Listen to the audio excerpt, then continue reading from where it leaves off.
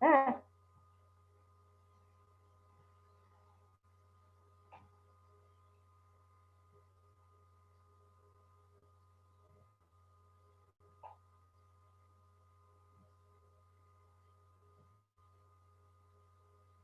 hello.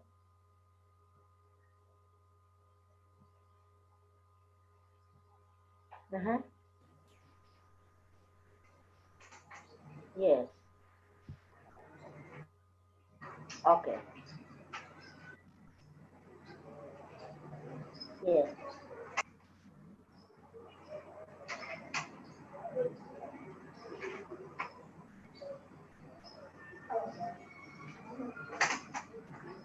Ah.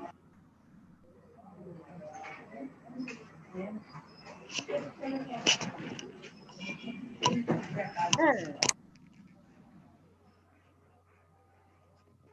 Oh ya, niliona baadaye.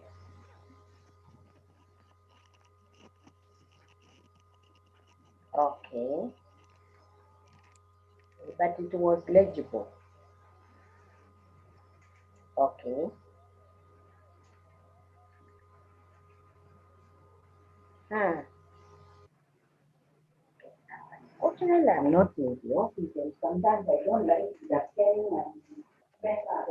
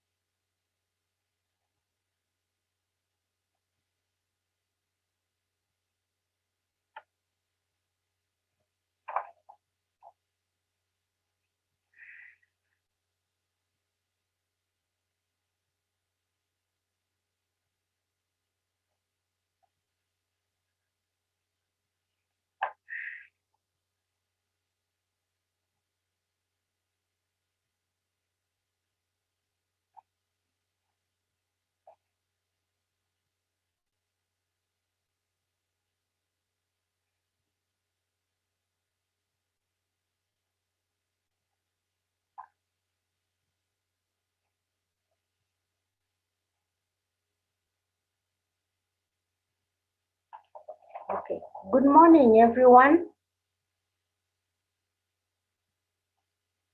I want to welcome you to our final part on building learning organization. And before we start our today's training or discussion, I would request any participants willingly to pray for us.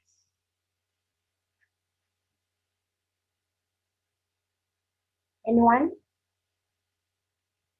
I can see a few. I can see Adrian. I can see Phyllis. Anyone willing to start us off with a word of prayer? Good morning. I can pray. Thank you very much. All right. Let us pray. Heavenly Father, we thank you for this new day, and we thank you for this opportunity that we have to gather together to learn. And we pray that as we start this session, that you would be with us and guide our discussions. And I pray that all that we do here will build skill and competency, and it would be beneficial for everyone that is attending. And we thank you in Jesus' name. Amen. Thank you very much, Adrian. Once again, participants, I welcome you to today's training on building learning organization. It's our final part. And probably as a way of recap for those who may have joined today, and also for those who were in yesterday, I want just to give a brief overview of what we covered yesterday is just a gloss over. We started with an introduction to make us understand what building learning organization is all about. And we tackled a few topics with subtopics and sub-subtopics. And we started with what is a learning organization. Briefly, we explained a learning organization is that organization that embraces innovation, creating new ideas, sharing the ideas to all employees. And then we had a definition of what a learning organization is. We saw 6 various definitions, each bringing out different aspects on a learning organization. And those keywords are the ones which help you as an organization to create a learning culture. Because what came out was every organization needs to inculcate learning culture in the organization to cope with the fast changing trends, technology, failures, and to address any challenge which may occur. So the idea is to move very fast to ensure you are at par and you are moving. So those definitions gave us a clue or the foundation or the basics of a learning organization, and you'll be getting them after this presentation. And then we saw the importance why we need to build a learning organization, the benefit we get from having a learning organization. It benefits an individual, a department, and at large, the entire organization. Then we looked at features of a learning organization. What is it that a learning organization has that makes it stand out and ensure continuity? what makes that organization be competitive over the other organization. Then we learned about the two types of a learning organization. We talked of corrective learning, which we say it ensures errors, mistakes, practices, procedures, systems are corrected to ensure the end result has been achieved following what is systematically, legally, best practices are acceptable. Not the matter of achieving a result, but were the procedures followed properly. So that is what corrective learning is all about, to ensure we get it right from the onset. We follow the laid down procedures up to the end, so that at the end there is no question and no doubt how you arrive at that particular decision. And then we also talked of transformational learning, which we say it questions what corrective learning has done. It is self-reflection to see have we really done the right thing. And we said this is a learning which most organizations do not embrace. And that's where the problem comes in. So we say as a best practice, it is always good to question how you arrived at a particular decision, how you arrived at a particular product. And with transformational learning, you find you avoid a lot of legal tussles, a lot of errors, a lot of unethical behaviors, and all that. And finally, we looked at the aspects of learning organization, and we saw what all these are, what they are, and the steps to ensure a learning organization stands out. And that's where we ended. And of course, we had housekeeping issues which were addressed by Mr. Den. So that is, in a nutshell, what we covered yesterday for those who are joining us today. And for today, we will start with steps to build a learning organization. There are 7 of them. And that is now what we shall start. And then from there, um, I will tell you how we are going to move about it. And this is now where we are starting. I said there are 7. It is already highlighted. And before we start, I want to give you an overview of what we expect till the end of the session.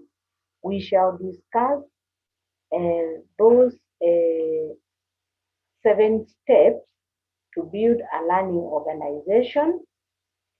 And then again, we will talk about building blocks of a learning organization. There are 3 in number, and actually we shall have an exercise based on that, because that one is very practical and it is key. It is something you can take home even if you've missed everything from yesterday to today. The blocks is something which you should not forget, because it is applicable right away. You don't need any further training, but you can implement it. And then we shall look at the factors uh, that drive learning in an organization, because when we talk of learning, there are some things or items which will drive that learning. And that will be our last slide. Then after that, we shall have a brief practical practice based on what we have already learned from topic one up to the last one. And then again, we shall have a case study, just a brief one to remind ourselves of what we have been learning. Then we shall have a summary of what we have learned so far, and that will be like a recap of the entire presentation on building a learning organization. And finally, we shall have a glossary. Glossary is defining the words which were all used throughout the presentation. It may not have captured everything, but it depicts keywords which may be relevant. Remember, last time those who attended Train the Trainer uh, program, we said it is always important to define the words which are being used, whether they are the new words or the acronyms. So we shall have glossary of those words to define what uh, words have been used all through. So that's how we are going to move from here. And as usual, in case of anything, if there's anything that is not clear, you don't have to wait until at the last point. You are free to start, you are free to ask at any point because we say this is a discussion class and you should feel free to stop. So this is where we are beginning the steps of building a learning organization. I said there are 7 of them, and we shall look at each and every one of them in detail so that it makes sense. So for today, this is where we are. So we are told you should always keep in mind that in order to build a learning organization, you need to carry out consistent and ongoing change management. In fact, when we talk of a learning organization, politely or in a small way, we are saying you must be prepared to change. And the change management is a topic on its own. And managing change in an organization could be very challenging because ordinarily human beings don't like change. Like now, probably there is somewhere where you sit when you go to a certain place and you will realize maybe even when you go for meetings, there is a particular point where each person feels very comfortable when they are seated. Even when you go to mosque or to church, a particular spot where you know that is where so and so sit. And the more often than not, you find people won't sit there because in their mind they know that is the place of so and so. And when you change, psychologically you may not even concentrate or feel at peace. And people fear change. And I know you know the reasons why people fear change because, first of all, they fear the unknown, what this change brings to them. And also, it makes them be disconnected from their friends through the change. They may lose social status through change. The weaknesses may be exposed through change.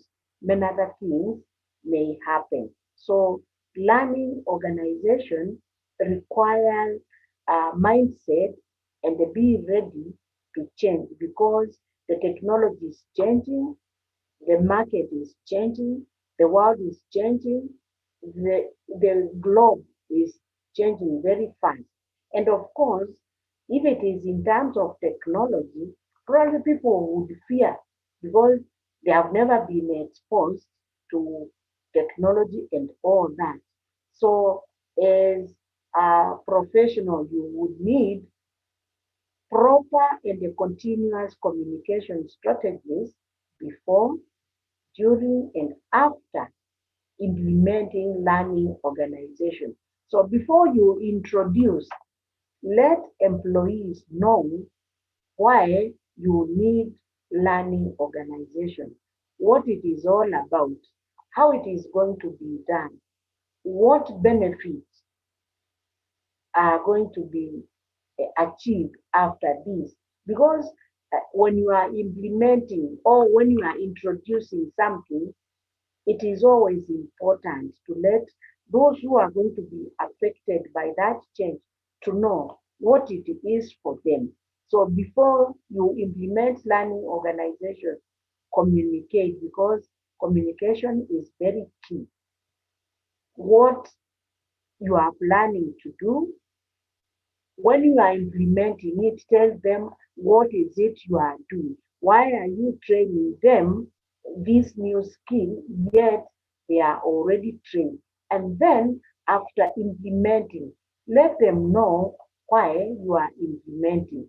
We are implementing this because we want to minimize errors, we want to avoid litigation, we want to be competitive in the market, we want two employees to ensure in case of any turbulence, you are not affected. So with that assurance, the employees will be able to embrace the change through the learning of the new skill. So it's important, do not assume. So I say there are 7 steps to build a learning organization. We'll look at each one of them, and these are the things probably you do in your organization, but you are not aware whether you are creating a learning organization because it may not have come out very, very clearly. So the first thing, you conduct an organizational assessment, looking at the organization holistically to see the skills gap, what is there currently, what you need to acquire, and when you need to acquire it. So let's look at each step in detail so that when you go and start implementing systematically, you will know how to go about it. Or if you are a consultant, these points could be very, very, very crucial and helpful for you. You get acquainted with them, then you share with the management, and then you are able to assist the organization to inculcate this learning organization. So the first step um, is to conduct organizational assessment, and we are saying the primary objective or the major objective for carrying out this assessment is to understand and analyze the leadership of this organization. You understand the culture of this organization, how they do their things. Um, do they embrace learning as an organization and tolerance for change? I said there are some organizations and naturally people. There are people who can never take any chance. And if the leadership is that rigid, people with already a mindset that they cannot change anything, then here there could be an issue. So before you do anything, just try to understand how that leadership is, their culture, how they do things, and how much they are willing to change. And if you feel learning should be a part of the culture, then you take time with them, you train them, you teach them, you show them the importance and the benefit of learning organization and what the organization stands to benefit once they embrace a learning organization. So you can still change their mind, make them understand why it is important to have learning in the organization. And then with the time, they may embrace uh, this change because it is not easy if they are deep rooted and they are firm and collectively they are not for this change because they fear they may lose some benefits or they may be a bit disoriented as a result of this change. So this assessment is very, very important.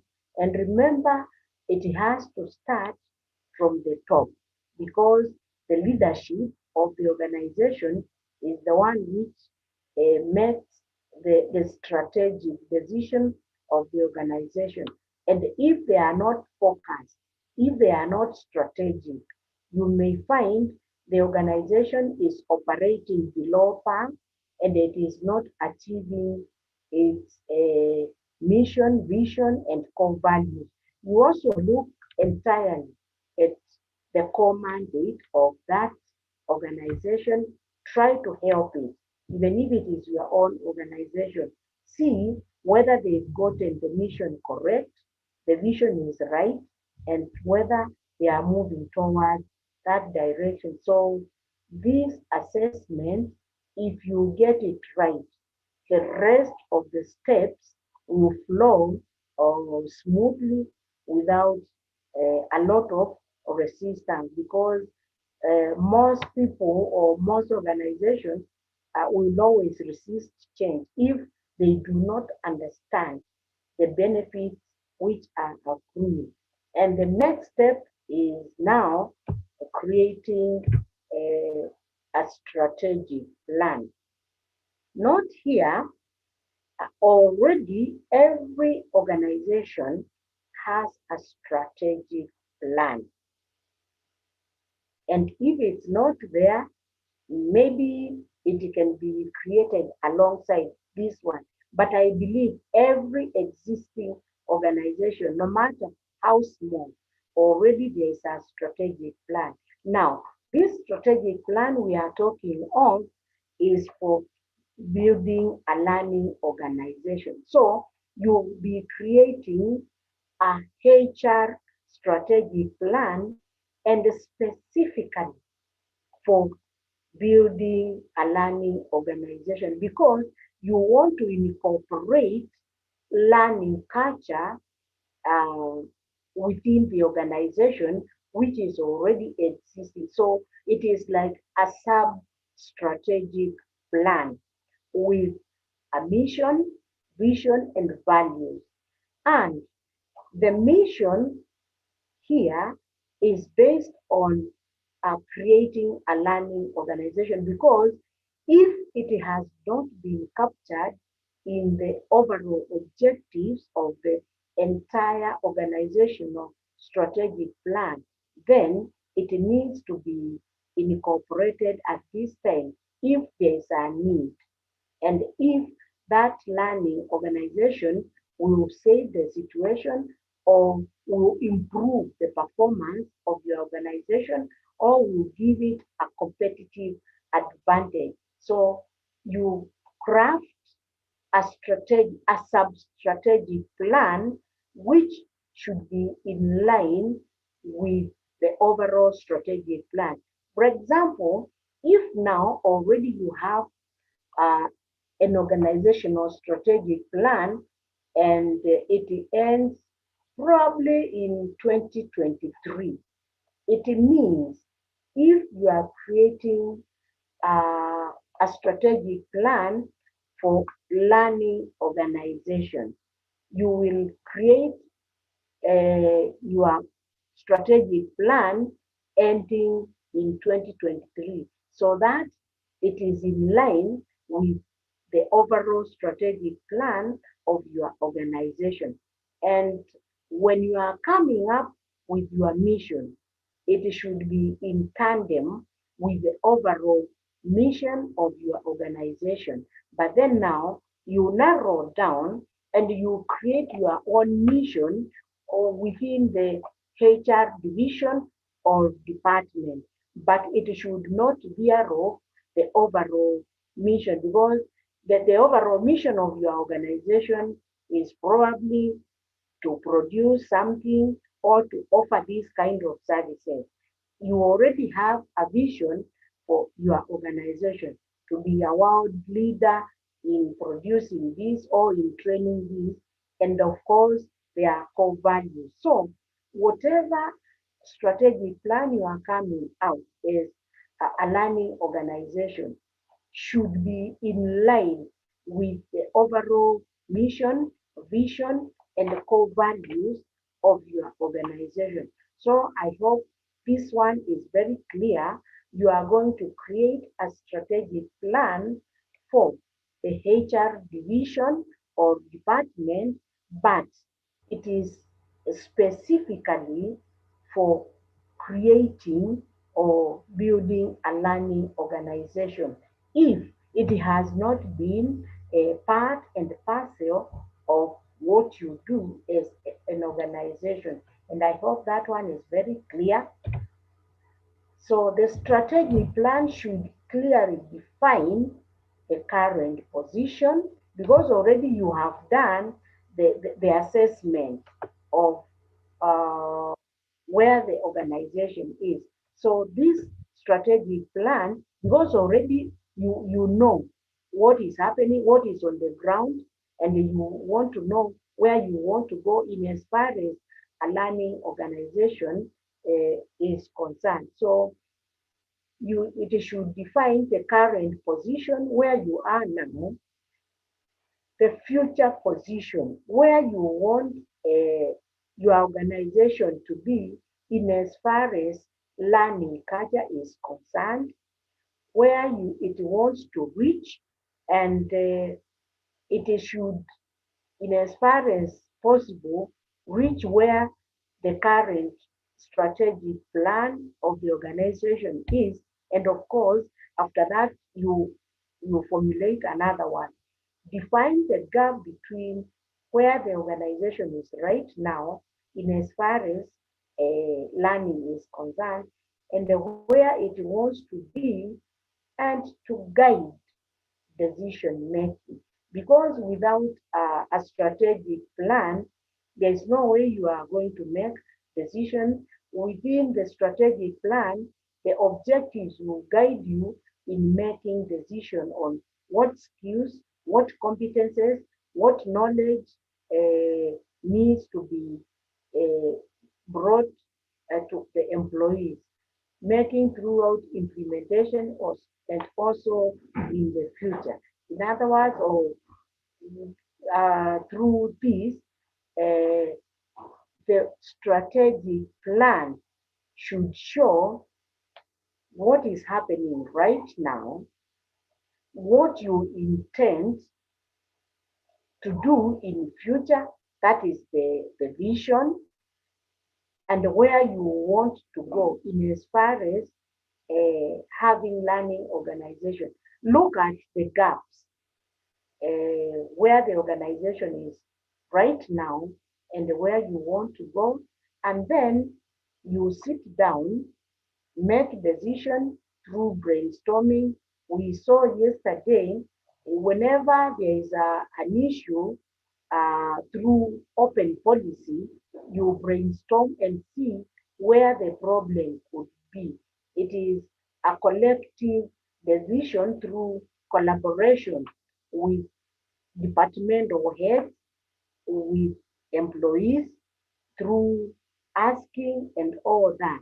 So before you implement, uh, involve the employees to give their views, and they'll be more than willing to participate and adopt the strategic plan, because they are the people who will do the implementation, and the decision is also affecting each and every one.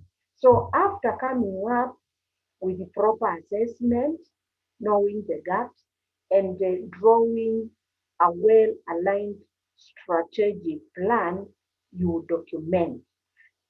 Yesterday, somebody asked about knowledge management, the difference between knowledge management and learning organization. Now, this is where now knowledge management comes out very well, because every knowledge, every aspect of the information should be documented for future reference, and whatever has come out, because maybe somebody had an idea, they floated, and that person may live with that knowledge. So it is important that that information is kept somewhere where it can be retrieved, where anyone looking for such information can get it easily. So any information should be kept. So that's what we talk about, managing knowledge or knowledge management. So this is the third step after the strategic plan. We are saying the third step towards building a learning organization is to properly and thoroughly document all the acquired information and knowledge through job audits, because through the job audit, you can know the current situation and predict the gaps. You can also get the information through other collection methods, such as when you are in a meeting, uh, an employee or a supervisor can say, I feel we are lacking this kind of a skill, so it may be useful to give employees certain skills to be more competent, because currently they are not performing because they are lacking this. And also through group discussions, which are what we call focus groups, very, very important in our forum, like where we are now, we can have discussion and realize, yes, this is something which needs to be added to make our training more effective, more interactive, more interesting, more informative, more educative, and all that. So that information should be documented, because after discussing, our memories may not accommodate everything. But if it is documented and placed in a database whereby in the future, when someone logs in, can look at it, then they may know, yes, this is information which was discussed in certain forum, and they follow up from there. And also another information can be gotten through surveys, uh, questionnaires, or any form of survey based on the kind of information which requires to be extracted. And employee forums. Maybe you are having retirement benefits training, you are having your circle or training AGM, or another forum, and information comes out. It should be well documented and kept, because this information helps you make a proper decision as you implement the learning organization. So all these forums will make you get a lot of information, and we are saying for you to get such kind of information, you have to create an enabling environment where employees are free to exchange their views, to speak out their mind, and also to question and to freely critique and offer what they think are good solutions to improve on the learning. Then after documenting that information, after having that strategic plan, the fourth step is now to design a standard operating procedure, they called SOPs and work instructions. And most organizations have standard operating procedures because these are the procedures which are known by each and every employee. And also, these SOPs should also be known to all the stakeholders who interact with you. And a good standard operating procedure is, for example, when you go to hospital or even to a bank, you know where to start. For example, if it is hospital, these days it is paperless. You you start at the reception and it is known and it is well documented.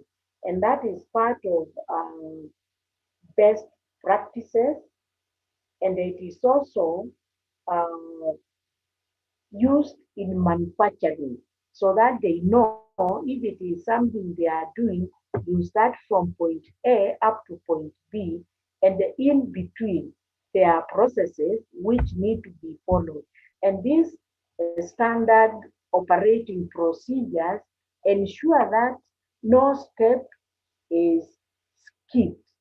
And I said a good example is a hospital whereby the first thing you are taking your uh, pressure and all that, and from there you see a doctor. Then after that is a prescription, and you are sent either to the lab or wherever it is. So all those procedures are well known, they are well documented, and they are pinned all over so that everyone understands them. So in every organization, the SOPs are a must.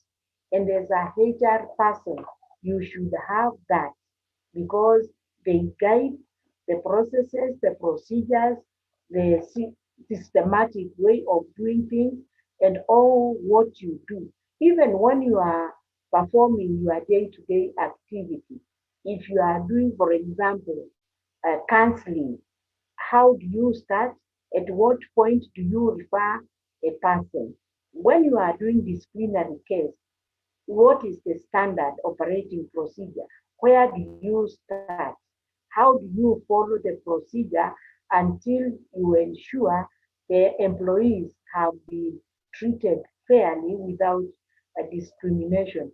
When you are promoting your people, what procedures do you follow without skipping to ensure you have given equal playing ground to all the employees without disadvantaging any of the employees? So designing procedures and instructions are very important, and all the standard operating procedures must be documented. They must be placed somewhere where everyone must read, understand, and know what is required because it is a best practice. And also in production and quality management, this is mandatory. You cannot do anything without displaying your standard operating procedures. And when audits are being done, this is one of the things which the inspectors go looking for, whether they are there, well documented, well displayed, whether they are well understood, and whether the employees have been sensitized about these SOPs. So it's important, even you, when you are doing your work, you operationalize the standard operating procedures. And also, it is one of the marks for the um, acquiring this ISO satisfaction. Unless you have it, you may not be certified as an organization. Therefore, take note. And also the quality assurance, these we call quality management systems. It is part of this. And there is one, if uh, organizations have been audited by Kenya Bureau of Standards.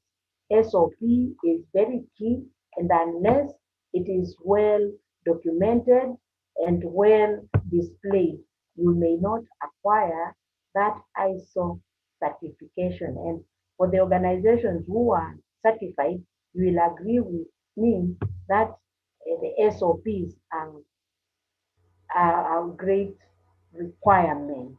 So, proper designing and defining of such processes help to ensure that the knowledge is portable. That's why we were saying the knowledge which is acquired through whichever channels, whether through job audits, group discussions, one-on-one interview surveys, portable means it can be shared even when the person who had the knowledge is no longer there, because there are some employees with very important institutional memory information, and when they leave, that information is lost.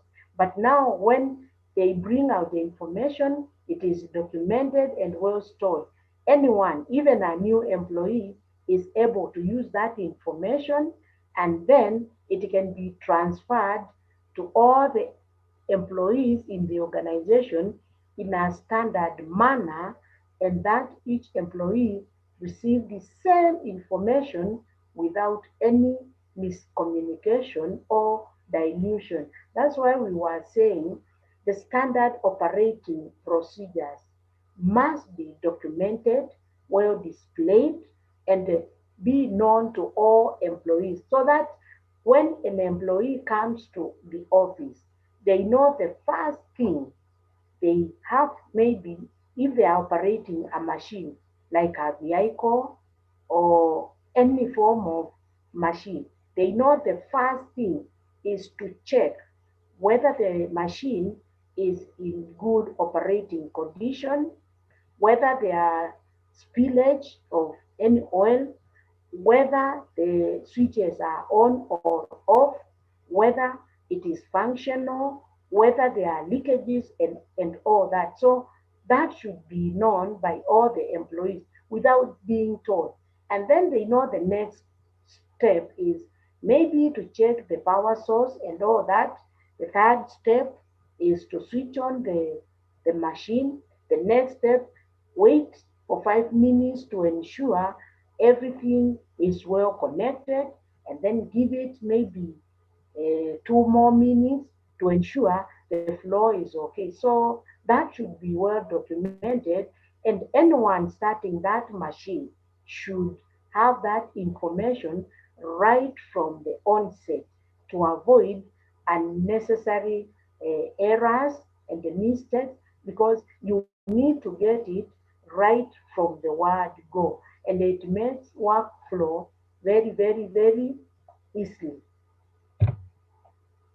After that documentation, then align what you know plus the skills you have.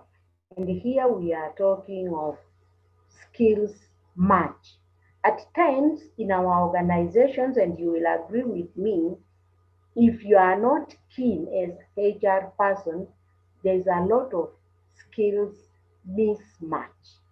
You find somebody has done supply chain management course, or in other words, a procurement. And that person, you find either is working in HR department just because there is no opportunity in supply chain. That's just an example. You find somebody has done a certain course, maybe mechanical engineering, and you find that employee working in human resource. So you find the knowledge that person has does not match with the skills, and you find that is a wasted skill or wasted knowledge. And of course, that demotivates a person. And this happens if the advertisement, or it happens if somebody was just brought into the organization without using proper channels or the proper means. So when you are advertising or when you are placing people, try as much as you can to align the skills. And in the event that you find such people in your organization, because at times employees may be brought without you are being consulted. More so, organizations where the systems are not well defined, and also in small organizations where the boss is the overall. And if you find someone has been brought, that should not bother you so much, but look at uh, what skills they have and the knowledge they have, and then you try to match them. Then you can now align them to ensure their competence and the knowledge is placed at the right division or the right unit where they can give their best.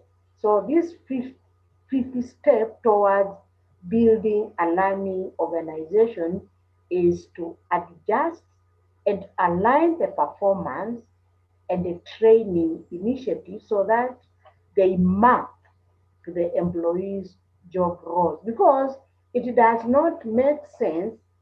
Maybe somebody in the university did history or humanities uh, training or degree, and then you bring them to technical department.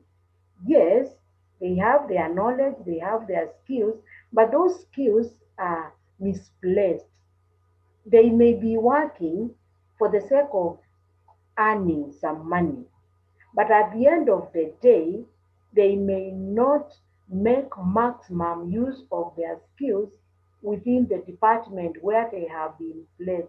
So, as a knowledgeable HR person, try to match those skills and knowledge to the relevant department or division where this employee can also advance. Because if you have skills mismatch, you find this employee cannot even grow within the career path of the organization, because there are some requirements for an employee to move from one grade to another, or for purposes of promotion. You find this employee could be doing their best, but then because of the limitation in terms of skills and knowledge, they may not grow in their current place of work. So it is important as HR person to ensure you also uh, assist this employee to grow in the line where their expertise is. And I said, if someone has been brought to the organization without your knowledge, don't bother how they came in, but as a human resource person, use that human heart to assist this employee also to grow in the career path within the organization, because it is the desire of every HR person, if you really care about your employees, also to see them grow in their jobs. In the next 5 years, you don't expect your employees to stagnate and remain where they are because lack of skills and lack of knowledge, which is well matched with what they do. So this alignment can help each employee to improve his or her skills and knowledge and contribute more fully to the organization. Honestly, you can only contribute where your strength is. If, for the example I gave, somebody has done an art subject in in the university and has been placed in research and development, for example, where they are talking of research and all that. And then they happen to go to a meeting because they will always attend those departmental meetings. You find this employee cannot contribute because they do not know anything. Their skills are not in line with what they are currently doing. So you find they are just there, they are demotivated, they cannot contribute simply because they have nothing to contribute. It's just like what we are doing right now. Most of us here in this forum are people with knowledge to do with human resource, uh, business, entrepreneurship, and other skills. But now, those who may be joining, maybe for the first time, and this is not their area, you find they may not contribute as much as what you people can contribute. And probably they may be joining for purpose of gaining knowledge. But when it comes now to the in-depth of the HR matters, they may not contribute as much because this is not their area. But when you go to where their skills and knowledge are skilled, they will be able to contribute. So ensure you align this knowledge and skills to get the best out of your employees. Then whatever we do, we are being assisted with technology. We cannot run away from technology, whether we like it or not. We must embrace it because it makes our work very easy. It enables us to solve so many problems like remember before the technology, a simple document like payslip, they used to be printed, you get your slip and all that. When you are ordering items from the stores, you fill that form, you go there and pick it, and a lot of paperwork. Even in hospitals, these days, you don't need to carry anything. You are just told move from here to there, and most of the things now are network. So implementing IT is mandatory, and for a learning organization, you must implement this.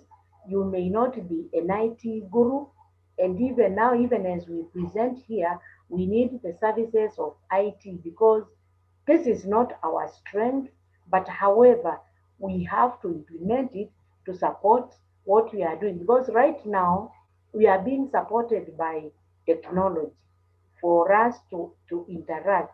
So this is the sixth step towards building a learning organization is to enforce and look at the word enforcing because we talked about change and some people may be averse about embracing this, but we need to enforce it, but in a good way, encouraging people that it is doable and this is what is going to do for us because we said from the onset, before implementing anything, let employees know what is happening, why it is happening, and the benefit. And this is part of the change we were talking about. So the sixth step towards building a learning organization is to enforce and implement supporting technology throughout the organization. When we talk of supporting technology throughout the organization, it means from the top to the bottom, all the employees must be assisted with the technology which is available. if it is to log in. I remember at one time when we were getting our payslips through technology, most people didn't know how to go about it because people were used to getting their payslips through an envelope or whichever means. But when this technology was introduced, now nobody gets a physical um, a payslip. It is posted to your uh, email address. Every employee was given an email address. They were given the login details. There is the uh, employee email portal, and people are good to go. And with the time, people have embraced and they are happy and they are using it. But remember, there are those who are still insisting and saying, no, this is not good, it is inconveniencing because people don't really want to change. But if you tell them and you show them the benefit and the importance, then they will embrace. Such technology can be of any form, such as websites. So if the information is posted there, people are able to read and avoid speculations, gossip, grapevine, and giving information which has no authority. But if it is posted, it means it is official and it can be shared. So this technology can be whatever you are using in your organization through the websites, their learning portals, like what we are using now, discussion forums, web-based training, or another site where information can be shared.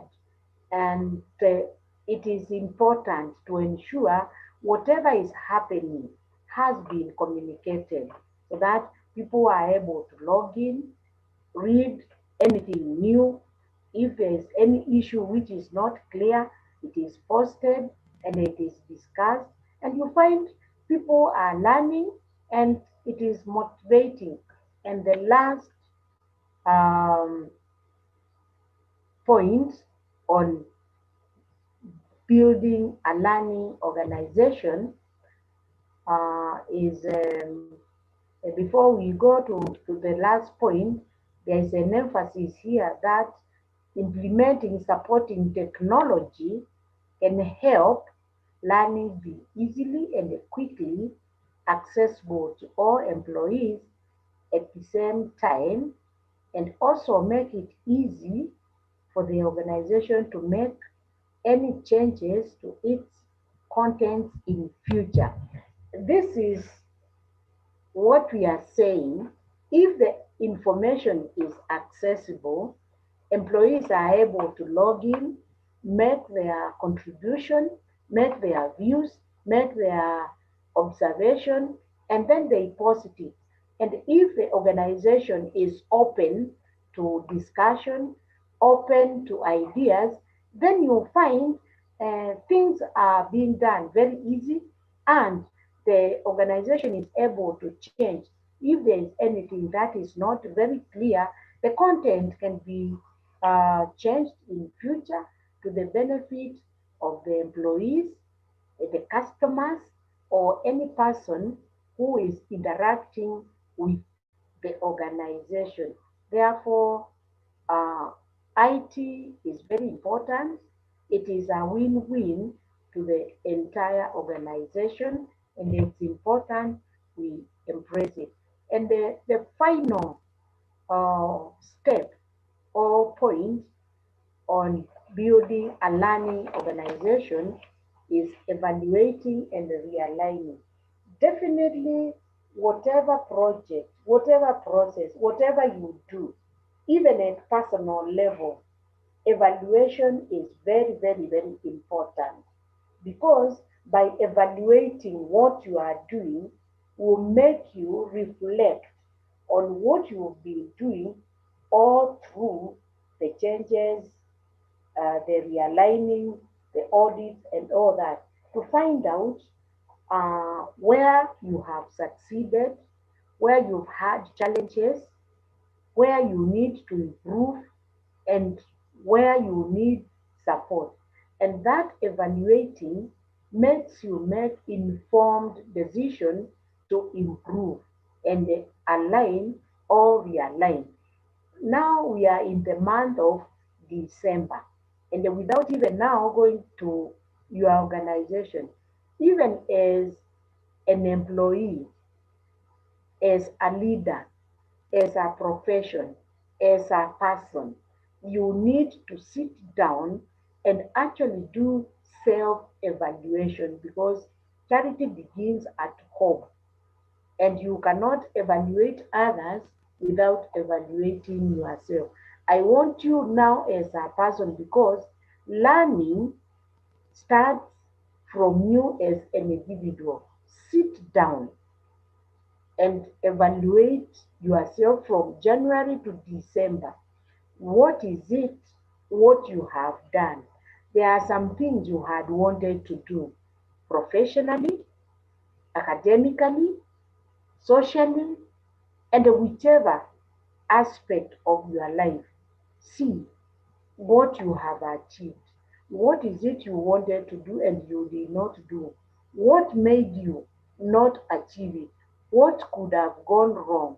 Are they factors which were within or without you? If they were within you, where did you go wrong? What plans, what actions made you not achieve? Because every time you must achieve something every year, and that is the only way you will grow in terms of your career, in terms of your profession, in terms of what you are doing. Because HR professionals are role models, and with the knowledge you have, you cannot just remain static. As you change your organization, you also need to change yourself with the little or a lot of resources you have. You must be having something to be showing every year, at least achieve something, no matter how little. And with that, you'll be also confidently start in front of people and they challenge them. And that is how also learning takes place. I want to give an example. I used to have a boss who I used to work for at Daystar University. And every year, she's a retired professor by now. She used to ask me, Agnes, what are you doing with yourself? And that used to motivate me a lot. And she could give me some challenging jobs which I didn't know even what to do. And that could make me go an extra mile to learn and discover more things. She was a very good mentor. And from that time, I learned every year, at least I must do something which I can say, yes, this year I have achieved this something. It may not be so big, but at least something small. Ensure you acquire something which adds value to yourself. And I can assure you, you will remain relevant despite the challenges which are happening. And you will reduce the spirit of complaining of hard times, hard environment, because you are told if you cannot change the environment, change yourself. Rather than complaining, just do something about yourself. So evaluation is very, very good. And don't think we are doing these things for purpose of earning CPD points. Any training you attend, try to personalize it and use that information to build you even as a profession, and you will always remain relevant regardless of the position you are holding uh, in your organization or in the society. So any training, get and learn something out of it. So this last point of evaluating, we are in December, it is relevant as you evaluate whether your organization is a learning one, also start with you. So the seventh step towards building a learning organization is to ceaselessly measure and evaluate the organization's progress towards its defined strategic objectives. And this is okay. We said uh, strategic objectives are futuristic and they guide the organization's activities to see if they have been realigned or realized. So this will guide you to ensure whether the gaps which were identified during assessment have been achieved, and if not, what could be done, what could have been the problem that they were not achieved. And then you go back to the drawing board because the strategic plan is also not static. If things have not been achieved because of some things which are beyond you, like we know this year, it has been tricky because of the many things which have happened within the course of the year. Remember, we had unusual flooding, we had those flies which came and destroyed farms and affected agriculture. We have the COVID. We have many disruptions in terms of programs, schooling, work schedules, and many, many other things.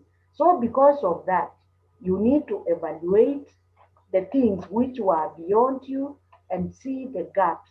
Then realign your strategic plan and readjust. Then try to see what can be done. So when you are evaluating and realigning, the main aim of measuring the progress is to identify the gaps between the current and desired position of the organization and make changes to the existing processes and methods so that it helps build a holistic learning culture throughout the organization.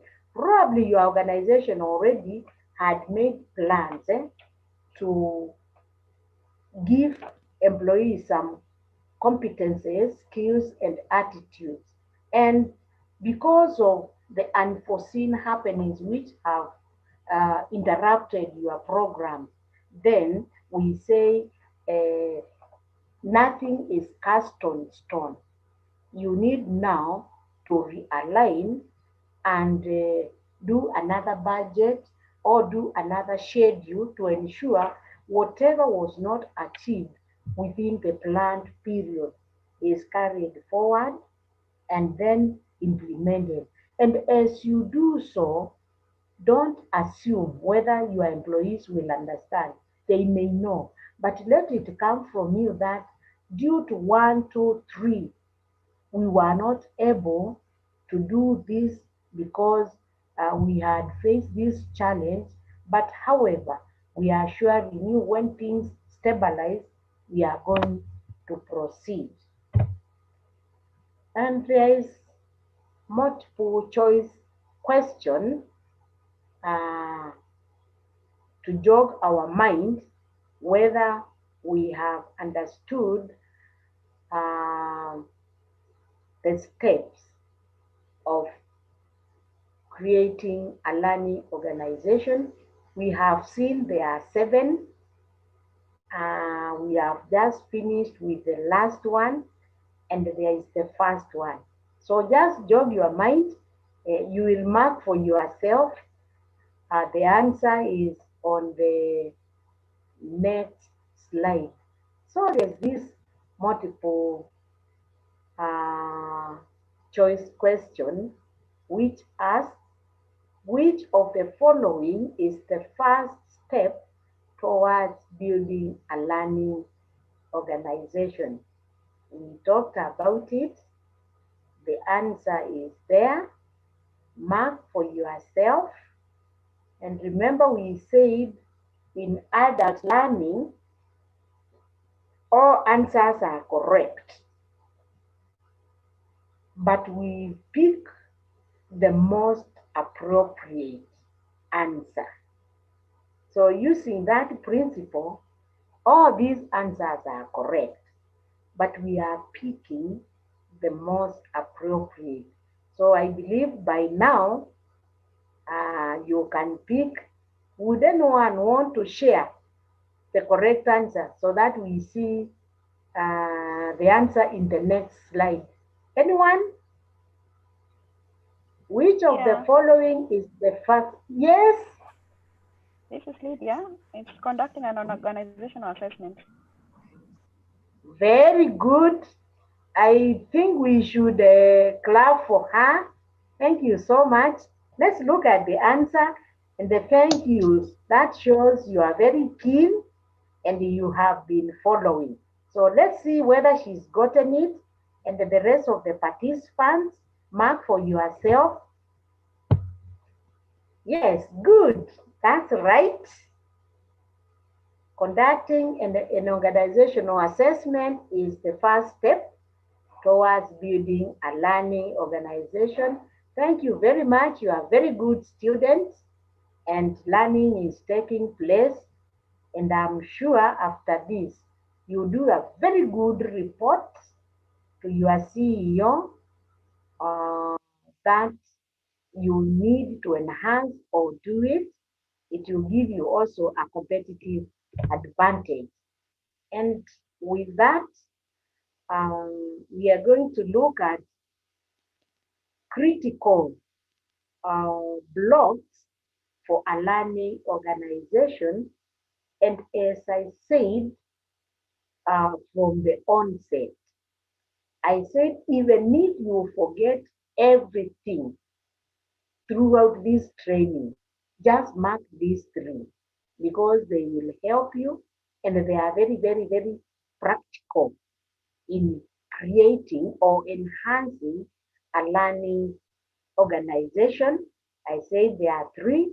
You look at them in detail, and I want you to be a little bit extra, not that you are not keen, extra keen on these building blocks because to me that summarizes the concept of a learning organization, and we know it is practical, it is real, it is a reality, and it is needed if we have to remain current in the present world.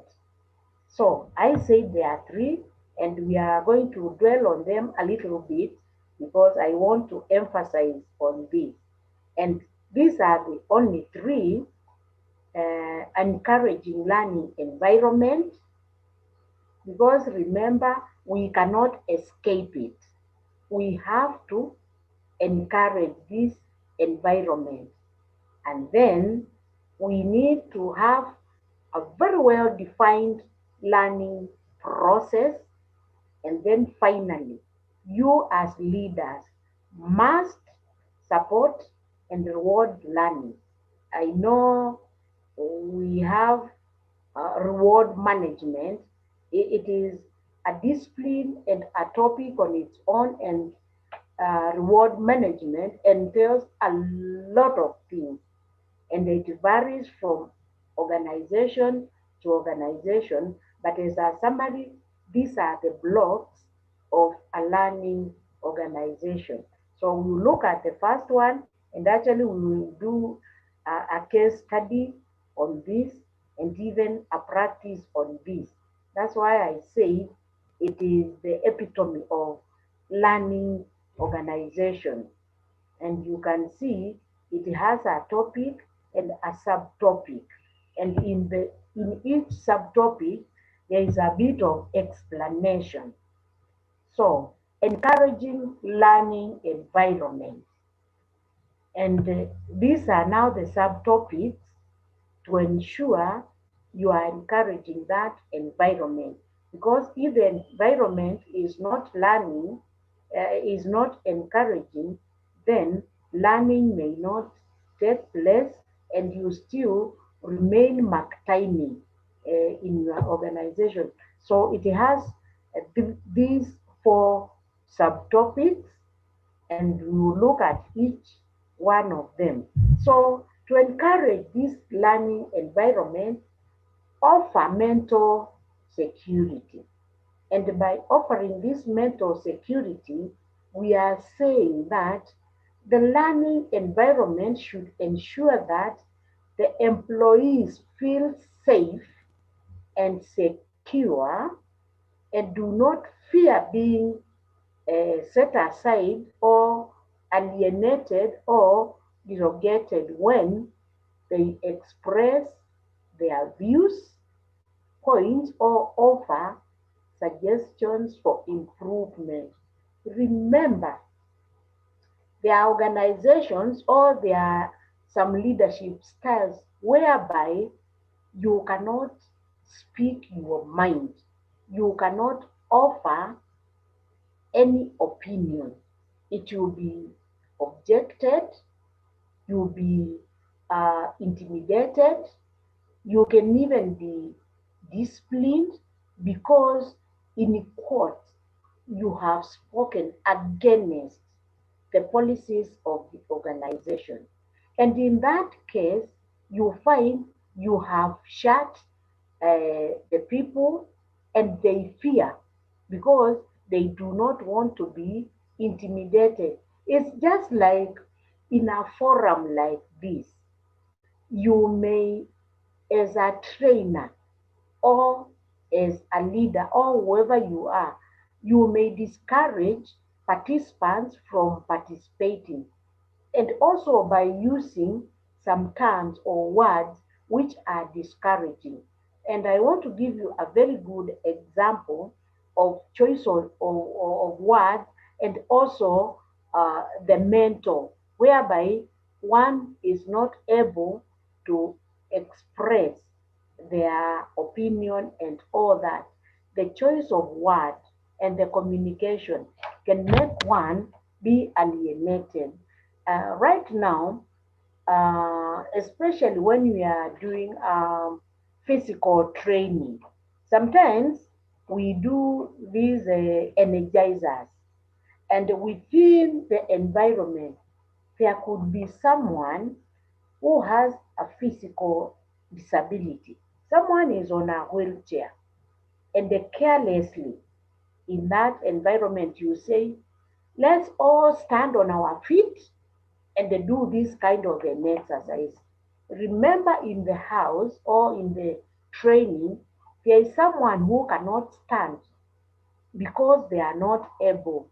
Now, you have already disoriented that environment for that person because when you say, let's all stand on our feet, somebody already feels intimidated because they cannot stand, and yet you are saying, let's all stand. So, in that case, you have already created a very bad environment for that participant, and then you lose them. And then throughout that training, they won't be able to learn. So, the same way, when you are in an organization, you should create an environment that everyone is participating. Do not be a stumbling block. Allow employees to express their opinion without feeling any fear of being set aside or fearing, and make them feel safe that they can contribute as long as what they are contributing is helping the organization to grow. And don't fear, even if your employees know more than you do.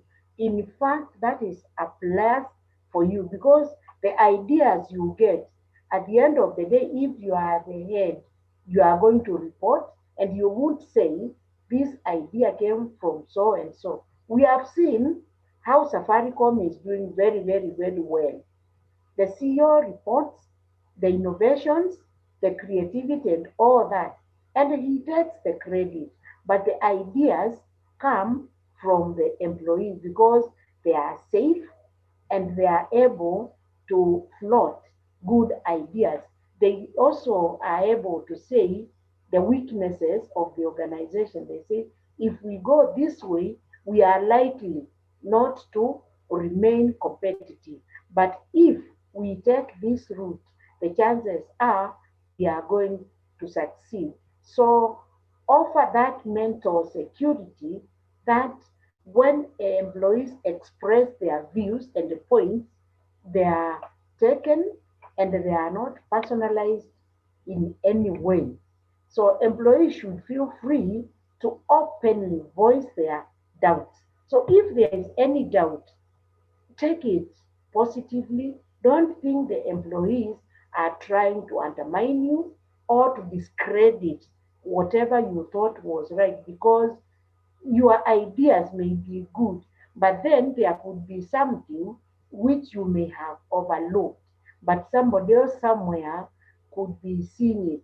And if you remember how we started yesterday about this company helix, the idea of learning institution or organization actually was floated by an employee, not even the departmental head. And actually, the employee was right.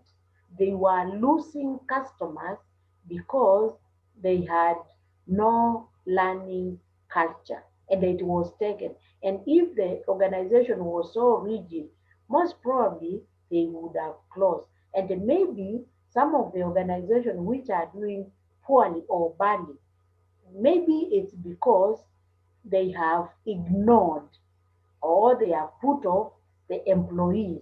And even if the employees see the company is going down, they cannot speak because they fear they may be intimidated, they may lose their jobs.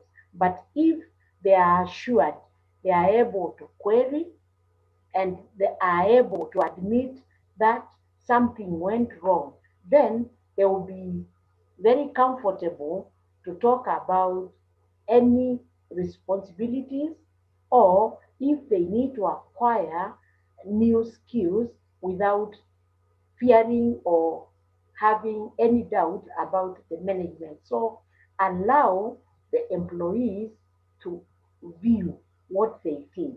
Allow them to admit if there are errors or mistakes. And if they can be corrected without any intimidation, let the organization uh, support that. But that can only be done if the leadership is right and it is open to opinions without any doubt, without being rigid, without feeling scared or threatened. Let the management or the leadership understand why the employees should be allowed. That is the only way learning will take place and the organization will remain competitive. So employees should feel free to openly voice their doubts, queries, admit to their mistakes, and be comfortable about taking up new responsibilities. Because also, as changes take place, people fear taking up new responsibilities if they are not well equipped, if they have not been assured the new responsibilities will entail one, two, three. But if you encourage them, they will be able to take up new responsibilities. Of course, there are challenges. Allow them to make mistakes. Allow them to correct their own mistakes. And with the time, they will become quite all right because we learn these skills through errors. And with the time, people will become better and better because nobody was born with any skill. Skills are learned. And with time, they are perfected and employees become better. And you allow them to learn without fearing failure. People learn through failing, passing, and all that because that's learning is all about. You try this time, you fail, next time you try, you become better, and then finally you get there. Even the exams, which are usually done, like this CHRP, people do, sometimes they fail one subject, they try next time, they pass, and they get there. So the thing is, do not discourage employees, do not intimidate them, do not judge them, and do not discourage them in any way. So another aspect of encouraging learning environment is admire difference of opinion. Here we are saying you may differ in opinion, but that should be in principle. It should not be taken personally that your employee is not on the same wavelength with you. Your opinions may differ because sometimes you may not look at things from the same point of view. But if you differ, don't think whether your employee or your department or head or whoever it is against you.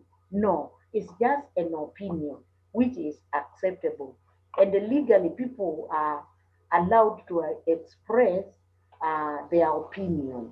And if your opinion is not the same as for the other colleague, don't think the world has collapsed.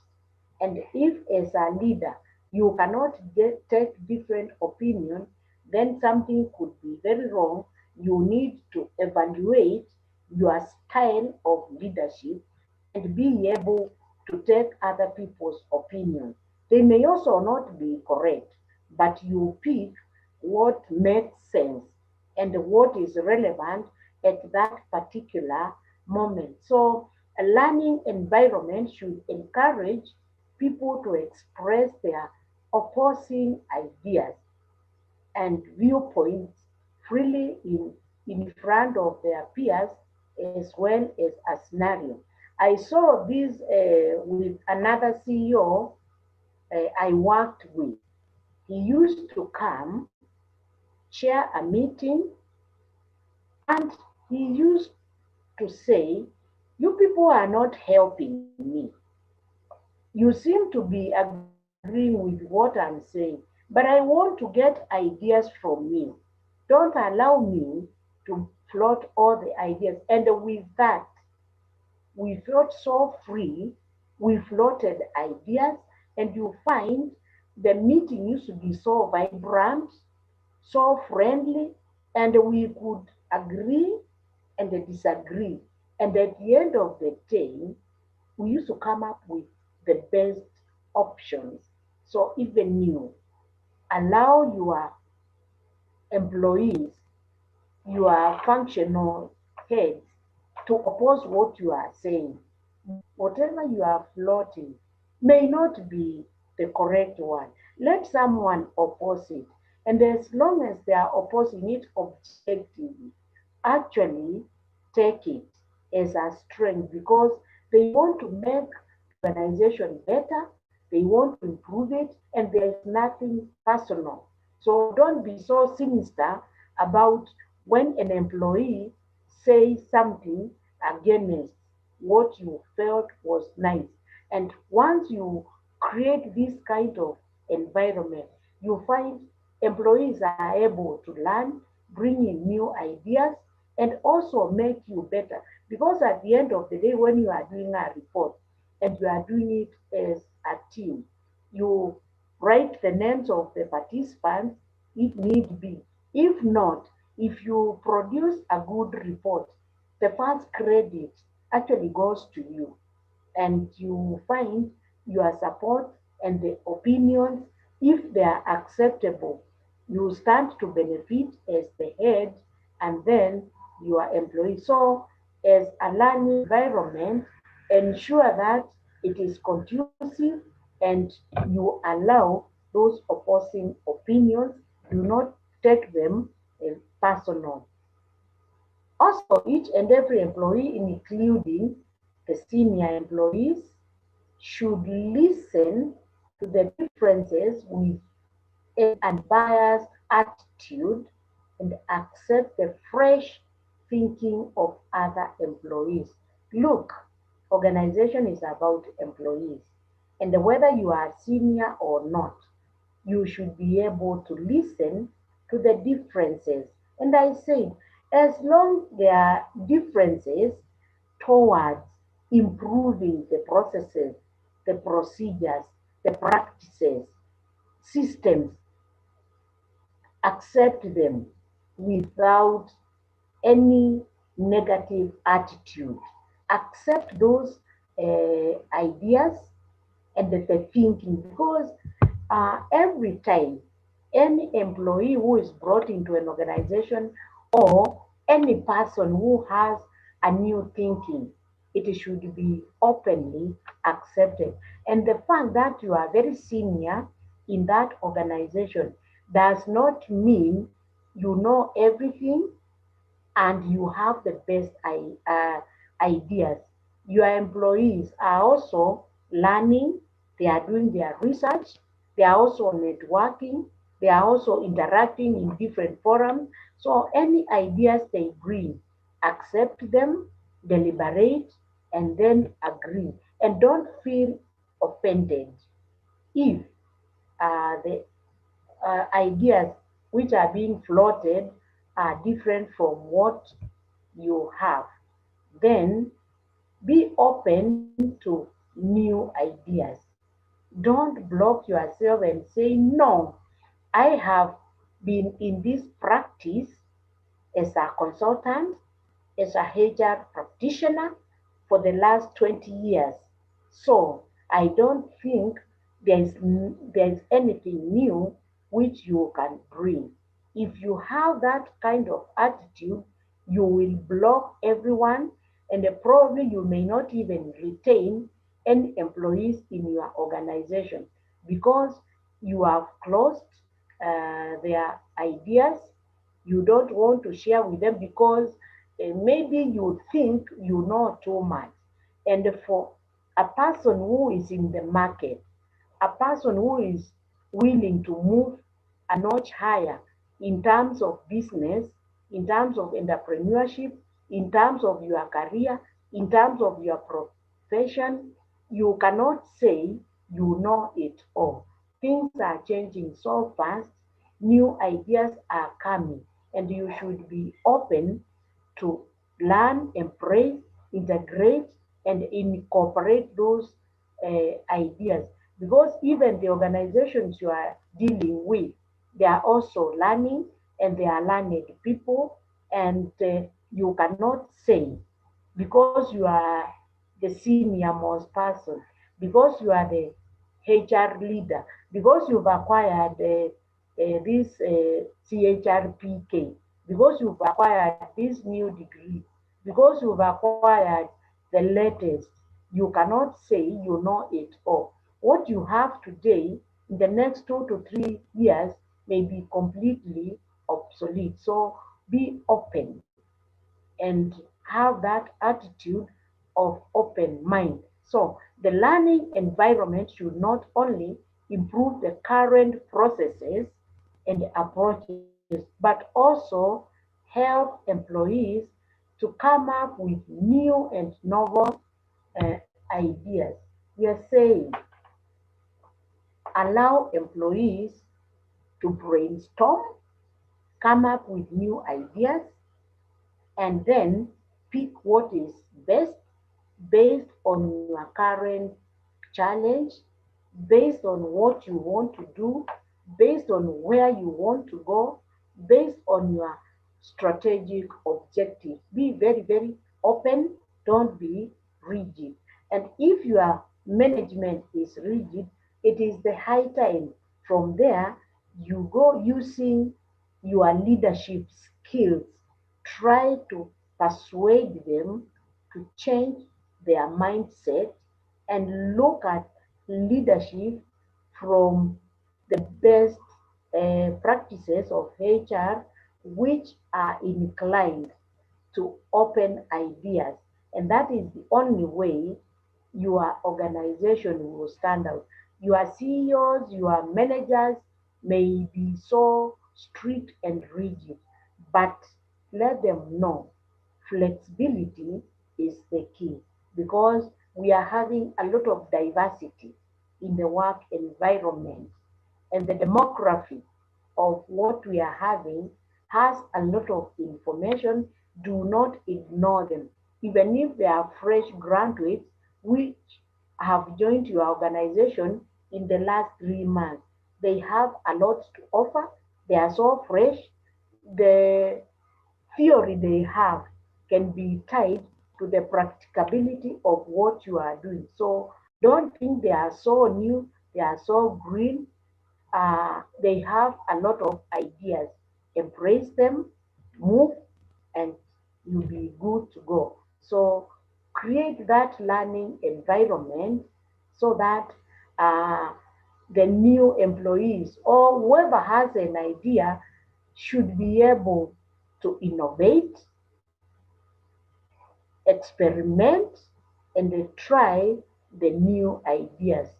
Experiment is very good because through experiment, new innovations come which help people. I remember yesterday talking of the experiments which are going on all over the research institutions, learning institutions, or other agencies which are related to medicine. And the experiment is to benefit every person, because they want to experiment on this new vaccine on COVID. And if the organization is so closed and they do not allow innovation, then uh, the students, the researchers, the employees will just sit. But then, if they have been given that uh, learning environment, they should be able to experiment, and you can see the vaccines are being tried all over. And because of that, sooner or later, we may have a solution for this pandemic, and say lives will be saved, and it will be a win-win, because lives are so important. We are HR practitioners. We are talking of human resource. Human are human beings, and we want to save each and every life. And now, if the organizations are not open to new ideas, new experiments, allowing people to try, fail, and come again, then we'll just be talking about still there is no cure, there is nothing which is upcoming. But because of the learning organization offering conducive learning environment, you can see we are all benefiting. Even the medicines which we are using, every now and then we are getting better and better medicine. It's because those organizations have created enabling environment for the researchers to innovate and come up with ideas. And then they go to the board, they brainstorm, and they agree, and they are allowed to experiment. The experiment fails, next time it is improved. The other time, you find it is moving, because we say by creating that enabling environment, allow people to make mistakes, because it is through those mistakes that they reflect, they see where they have gone wrong, and then the next step, they improve and they become better. And even you, even in your profession, make mistakes. It is allowable. And if you fear to make mistakes, I want to assure you, as a profession, you will never move. Be bold enough, do something, fail, repeat again, you fail, repeat again, you make a step, and then you become a better person, because learning has no end. Another step for encouraging learning environment, it should encourage the organization to not only look at the productivity, but also the quality work. That's why we said you should have a well-defined process, because here It's not the productivity per se, but the quality of what you are producing, the quality of the services, the quality of the decision you have made to promote this employee, the quality of the procedures, the processes, and the whatever systems you've been used. Are they acceptable? Are you using the standard operating procedure to ensure whatever you have produced conforms to the customer's specification? Does it conform to the legal requirement?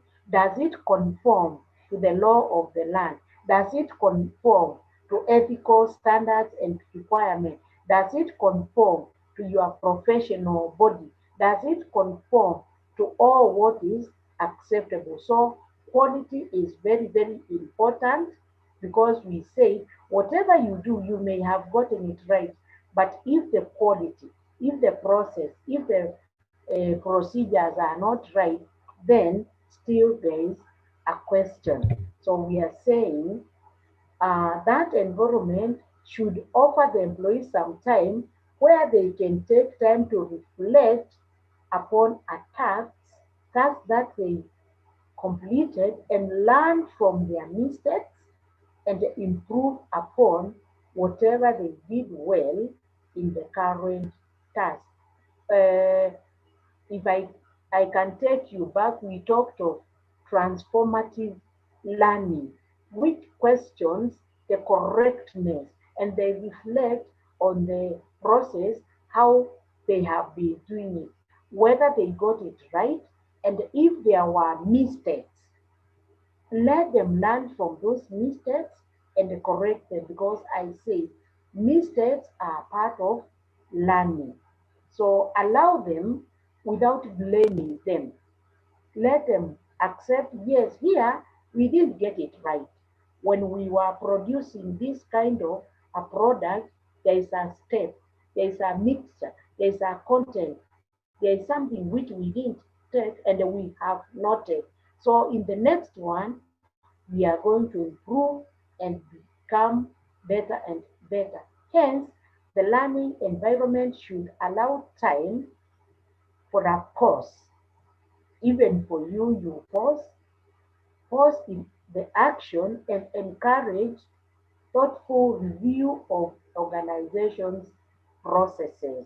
So as you continue, yes, here we got it, but let's give it a minute.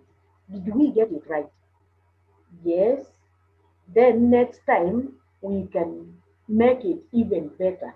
And if there was a challenge, if there was a gap, if there was an error, we need to correct it in future so that our processes are super, they are unquestionable, and they are up to the required standard. So that is the first uh, block for a learning organization, creating an enabling environment where employees are able to question your opinion, they differ with you, they look at their faults, they are able to learn from their mistakes, and there is no blame game. That is what we are saying. So that is the first block, creating enabling environment for the employees. Pick that one, create it, and you get all the ideas.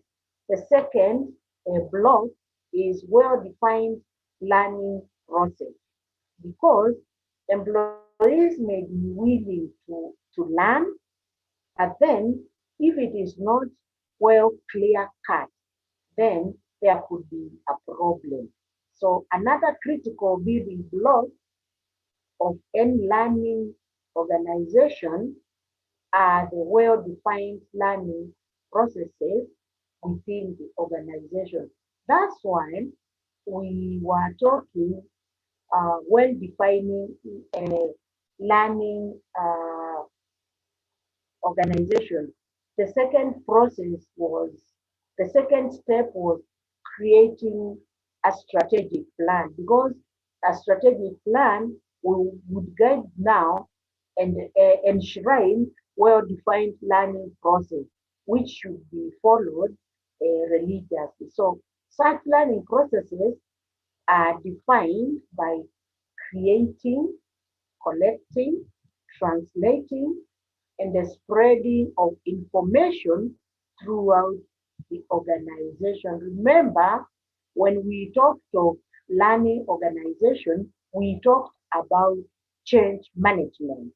And the change management is spreading the information on why you need to change to a learning organization, why the change is important, why you need to change, the benefits and the importance, and how you as an individual stand to gain, and also as an organization, how you stand to gain. So with that in mind, the employees will be able to embrace this change.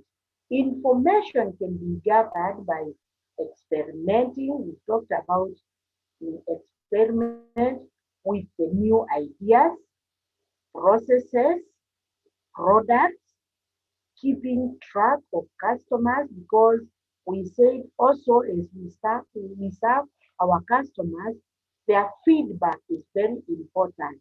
If you are in a production sector, you may be producing, maybe for example, a soap, which you think is good, but the customer say, we feel this soap is strong scented. So can you minimize or reduce uh, the chemicals or the smell, because it is affecting us, it makes us sneeze and all that. So that information is very important, because it will come and make you adjust or realign or do overhaul of that soap which you felt was nice. But because the customer feels it is not very good, you need to realign. And also the competitor, you try to find out why customers are running to to the competitor, and yet you are offering the same services. For example, if you are a hotel, you find the next hotel is full of customers. You are making the same food, same services, and same everything. You find out from the competitor what could be happening, what is it they are doing which you are not doing right. And then using that information, you need now to use it to craft or define well a good learning process, technological trends in the market and all that, you align with them. So the information of a well-defined learning process is then further analyzed and interpreted to help develop this learning process. And the once the learning processes have been defined, the next logical step is to ensure that this knowledge is shared in a systematic and a clearly defined ways. We are saying any knowledge which is generated should be well shared in a clear way for everyone to understand, using acceptable means, portals, websites, or whichever mode of database which can be accessible to all employees. And knowledge sharing can happen internally through post-project audits between the employees working on a project.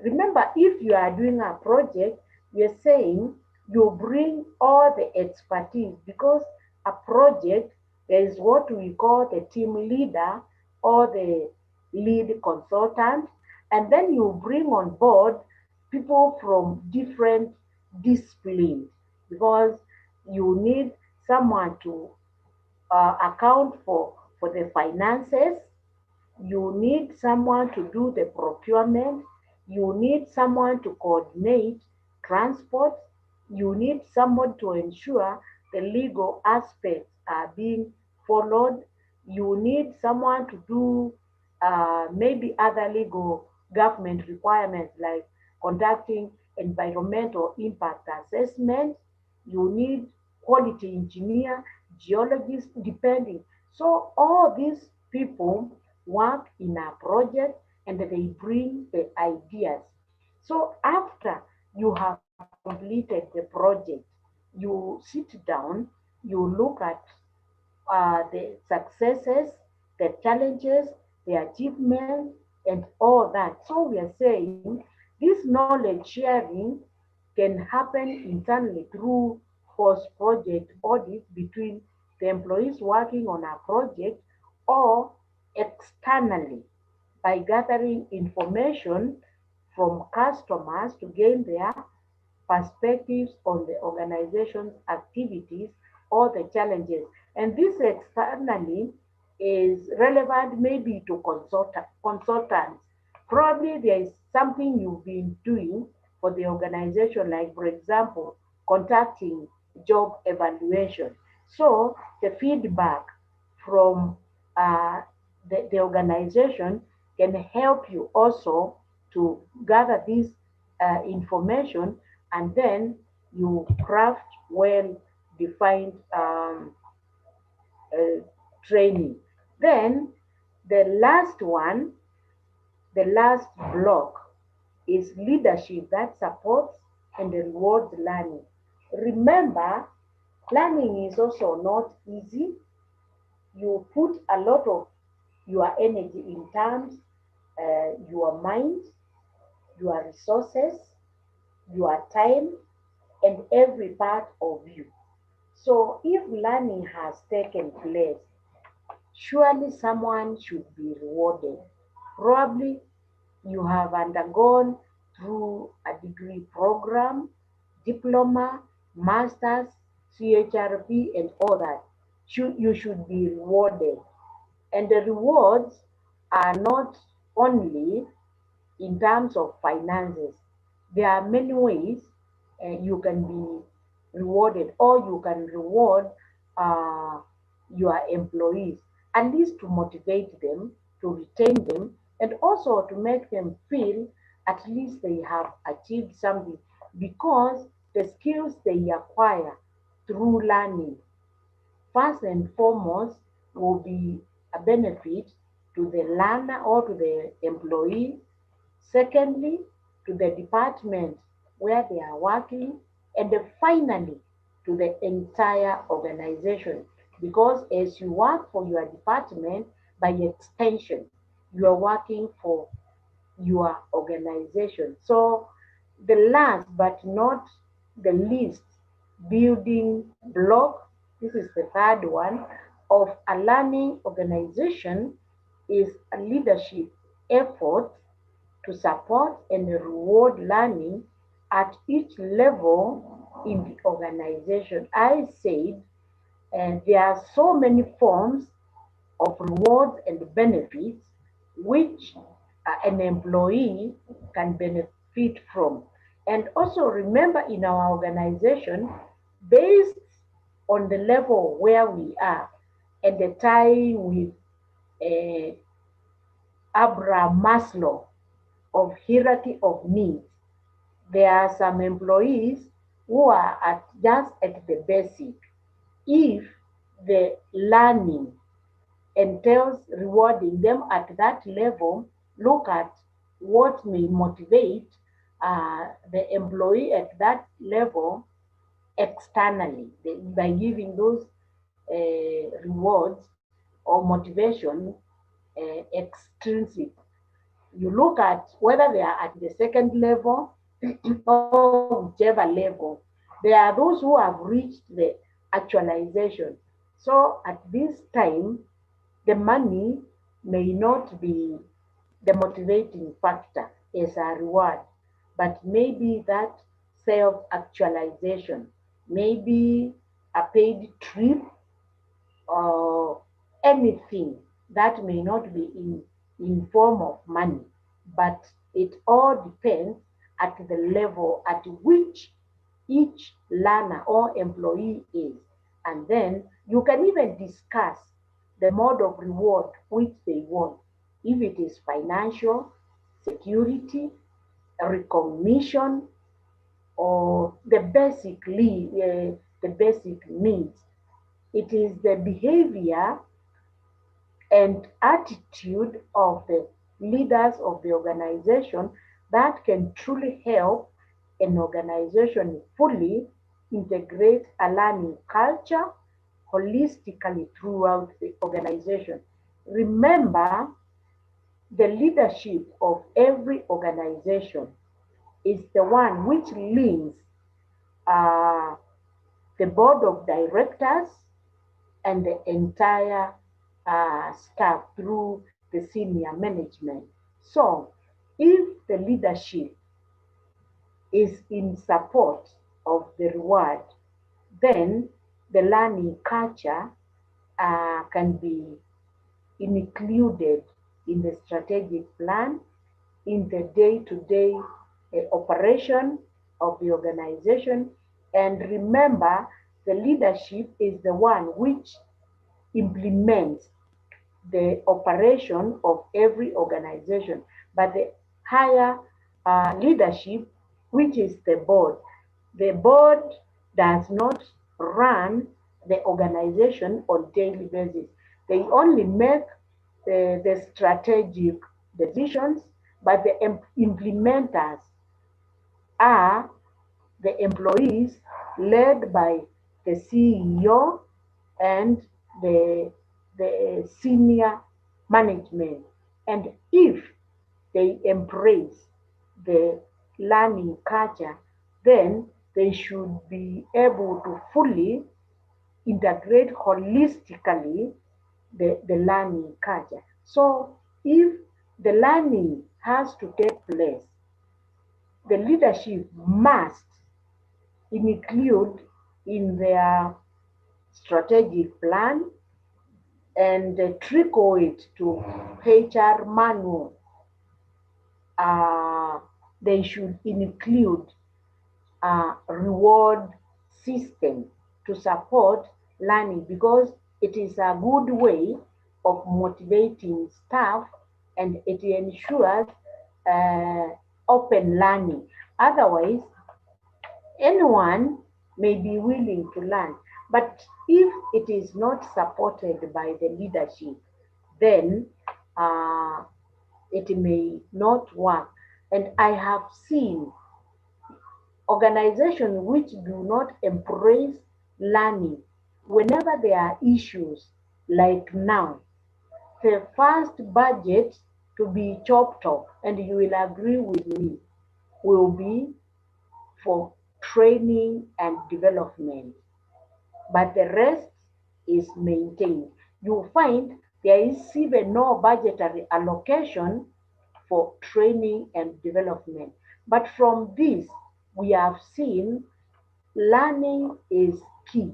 Actually, it is core, part of the core, because it is through learning where we can generate ideas, where we can implement, where we can conduct experiment, where everything to do with organization rotates. Even driving those machines, coming up with the best policies, bringing in the new IT ideas. It is through learning. And if the leadership does not support, then it means even though we have bright people willing to innovate, willing to bring in ideas, then it means we are just there, the organizations are dormant and they cannot move.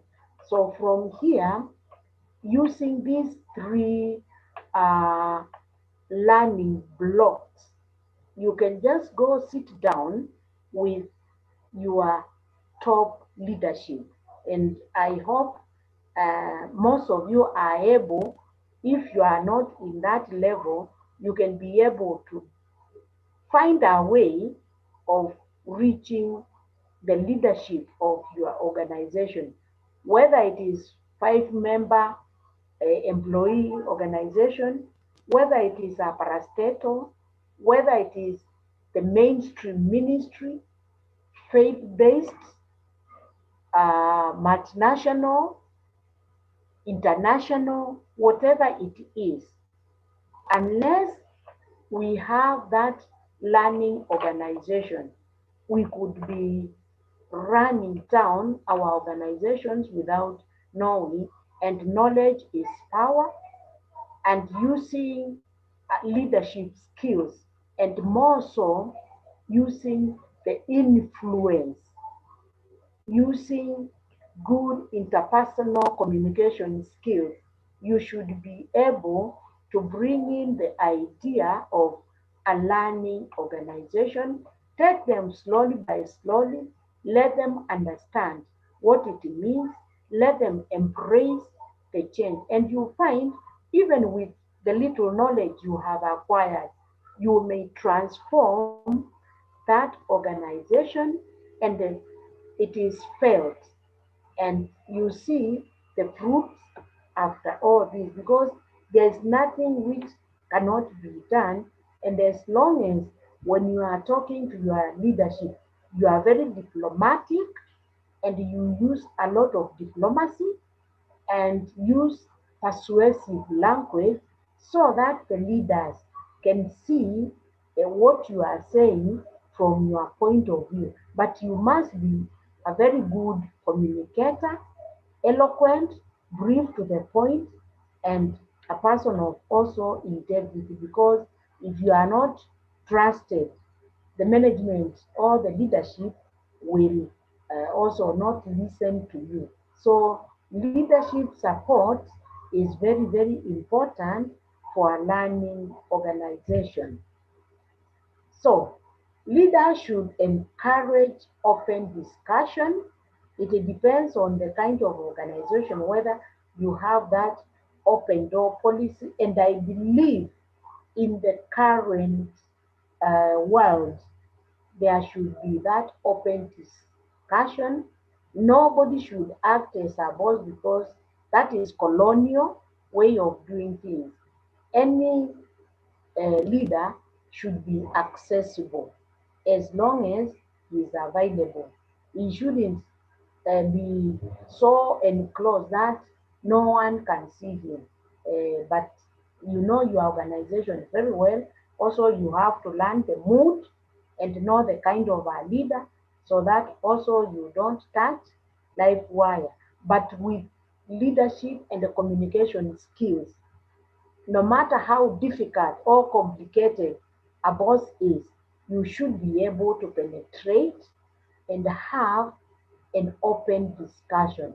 There is no one who cannot be reached, no matter what. But it is you now to use the skills which you have acquired, more so leadership skills.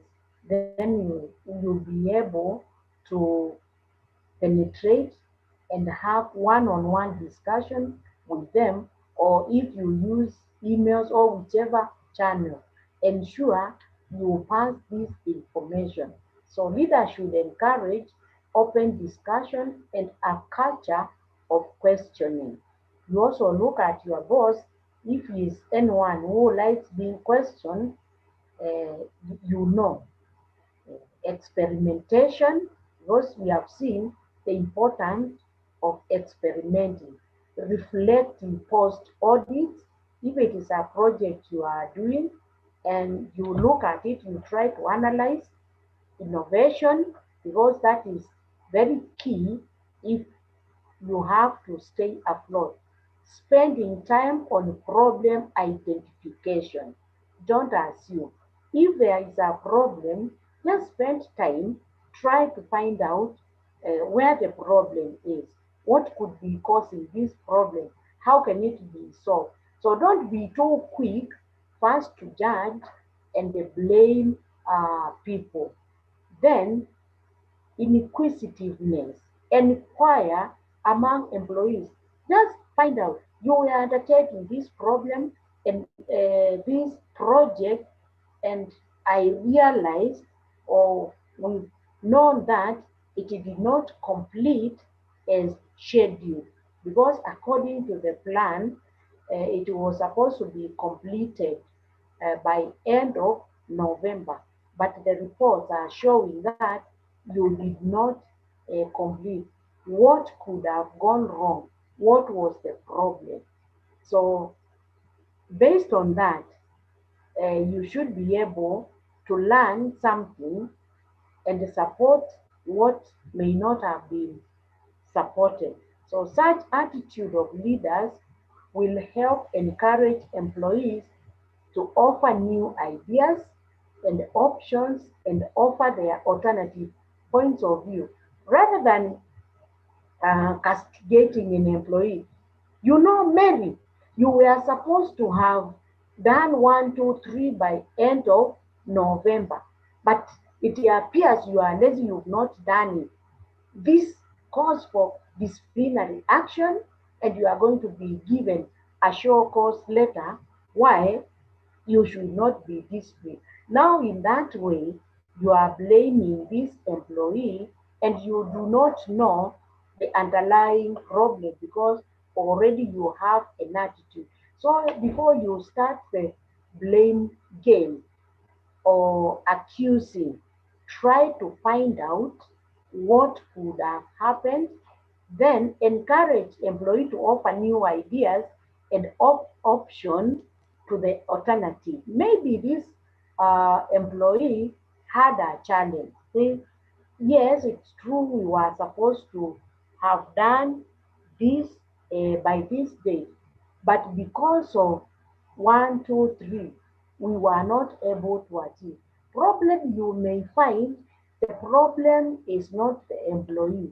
The problem is the organization or the institution.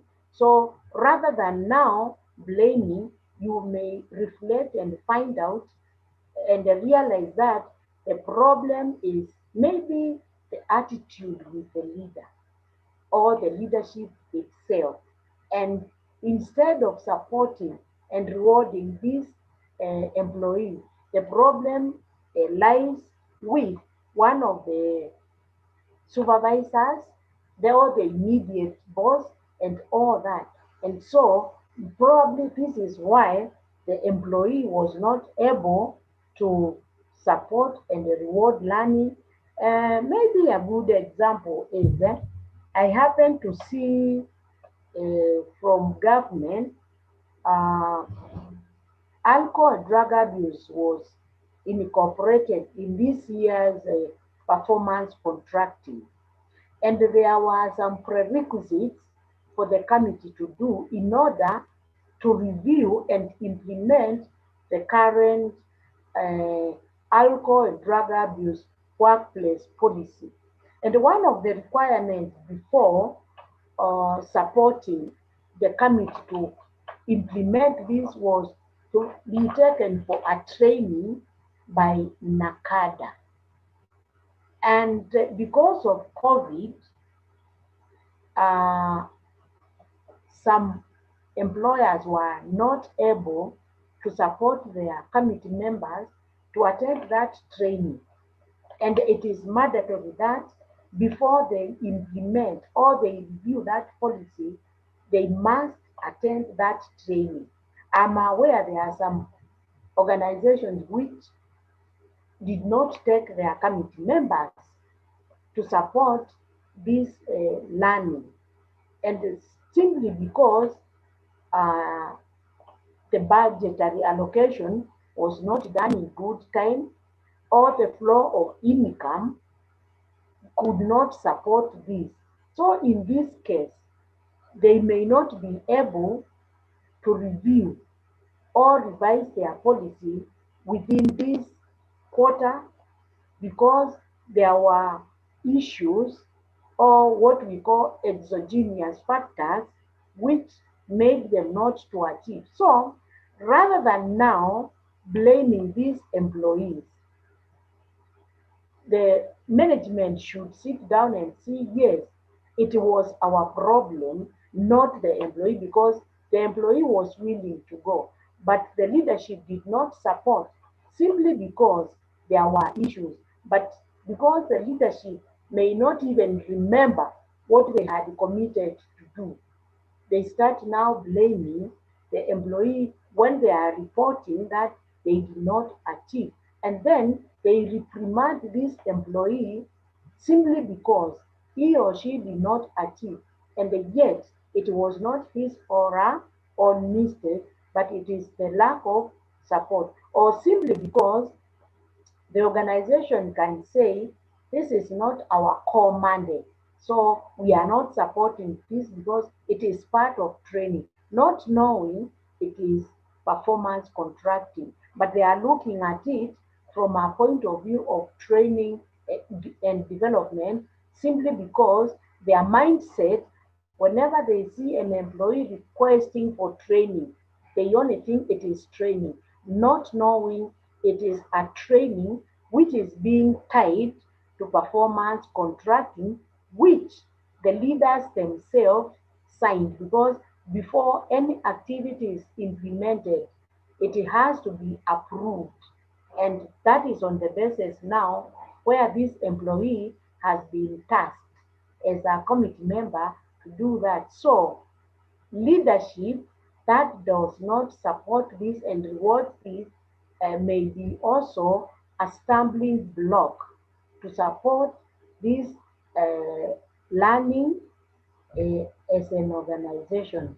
And as a tip, you can evaluate performance of different teams, units, or organizations defining characteristics for each building block, and then identify areas for improvement. I will still remind you that this is the key for a learning organization. These three are building blocks. And before probably we proceed on them, there's another multiple choice question just to jog our mind to see if we have been following or whether we are on track. And if it's not clear, anyone can also ask a question and then we clarify and we move on. So, which of the following is not one of the building blocks of a learning organization? We said these building blocks are three. We've been given four multiple choice questions. They are all correct in quotes, but we pick the most appropriate, and that is applying the principle of adult learning. And probably from the forum, uh, anyone can tell us the most appropriate answer, because all these answers are correct. But according to you, which is the most appropriate? And here we are being asked, which is not one of the building blocks of a learning organization? We have discussed the three of them. Anyone, anyone who can tell us the correct answer? Because it's being provided in the next slide. Anyone? Yes. Yes. Yeah, the one that is not one of the building blocks, as per what Yes. is covered, is Yes. evaluating and realigning. Very good, students. Can we clap from wherever we are? That is very good. I think learning is taking place. Thank you for your participation. And you are very right. Yes, that's good. And you are a good student. Just like all of you, I know you got it right. And that is good. I'm happy. So let's do real life example of building blocks, and this still emphasizes what I told you. This is the key and the summary of building a learning organization, just the three blocks. And that's why I want us to look at a real life example. And as we look at it, I want you to internalize and look at your organization, because all of us are coming from organization, whether it is your own company, whether you are employed, doesn't matter where you are working, as long as it is an organization, because an organization is where there are people. So you are dealing with people, two, three, or one as a consultant. Look at now at your organization, and it will make a lot of sense as you internalize and they try to personalize, because a good student identifies with what is happening. Forget about that other organization. Now look at your organization.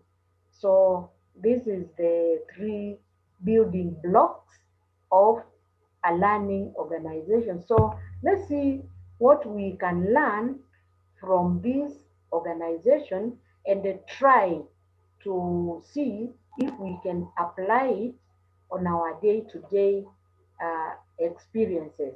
So we are told this Trista Pharmaceuticals is a leading manufacturer of pharmaceutical drugs, especially for the cardiovascular system. This is a system which deals with transmitting blood all over our bodies. Because we are not medics, that information is enough. And we know cardiovascular system is blood, where when the blood contains oxygen, we know oxygen is the one which makes us breathe and all that. So for several years now, Trista has enjoyed monopoly in the cardiovascular drug market, like some of our organizations we have who have enjoyed monopoly in the market. So think of your organization now. Now, Trista wanted to expand into newer geographical areas because it has enjoyed the monopoly. Now the company thinks it needs to expand. Just the way you as a consultant or whatever you are doing, you may wish now to expand your organization to other regional areas, Kisumu, Mombasa, name it. After carrying out an assessment, it found that as compared to its rival companies, it generally lacked openness to experimentation, new ideas, and information transfer. I'm sure that should ring a bell. Even though it is a monopoly, it enjoys a command in the market, it is realized that it lacks that openness. Just like maybe you lack openness in your organization because you don't want to share anything, you don't want to hear any opinion from an employee, and you don't want anything to differ in opinion with what you are saying. You don't want to allow your employees to do experiment on the new discoveries.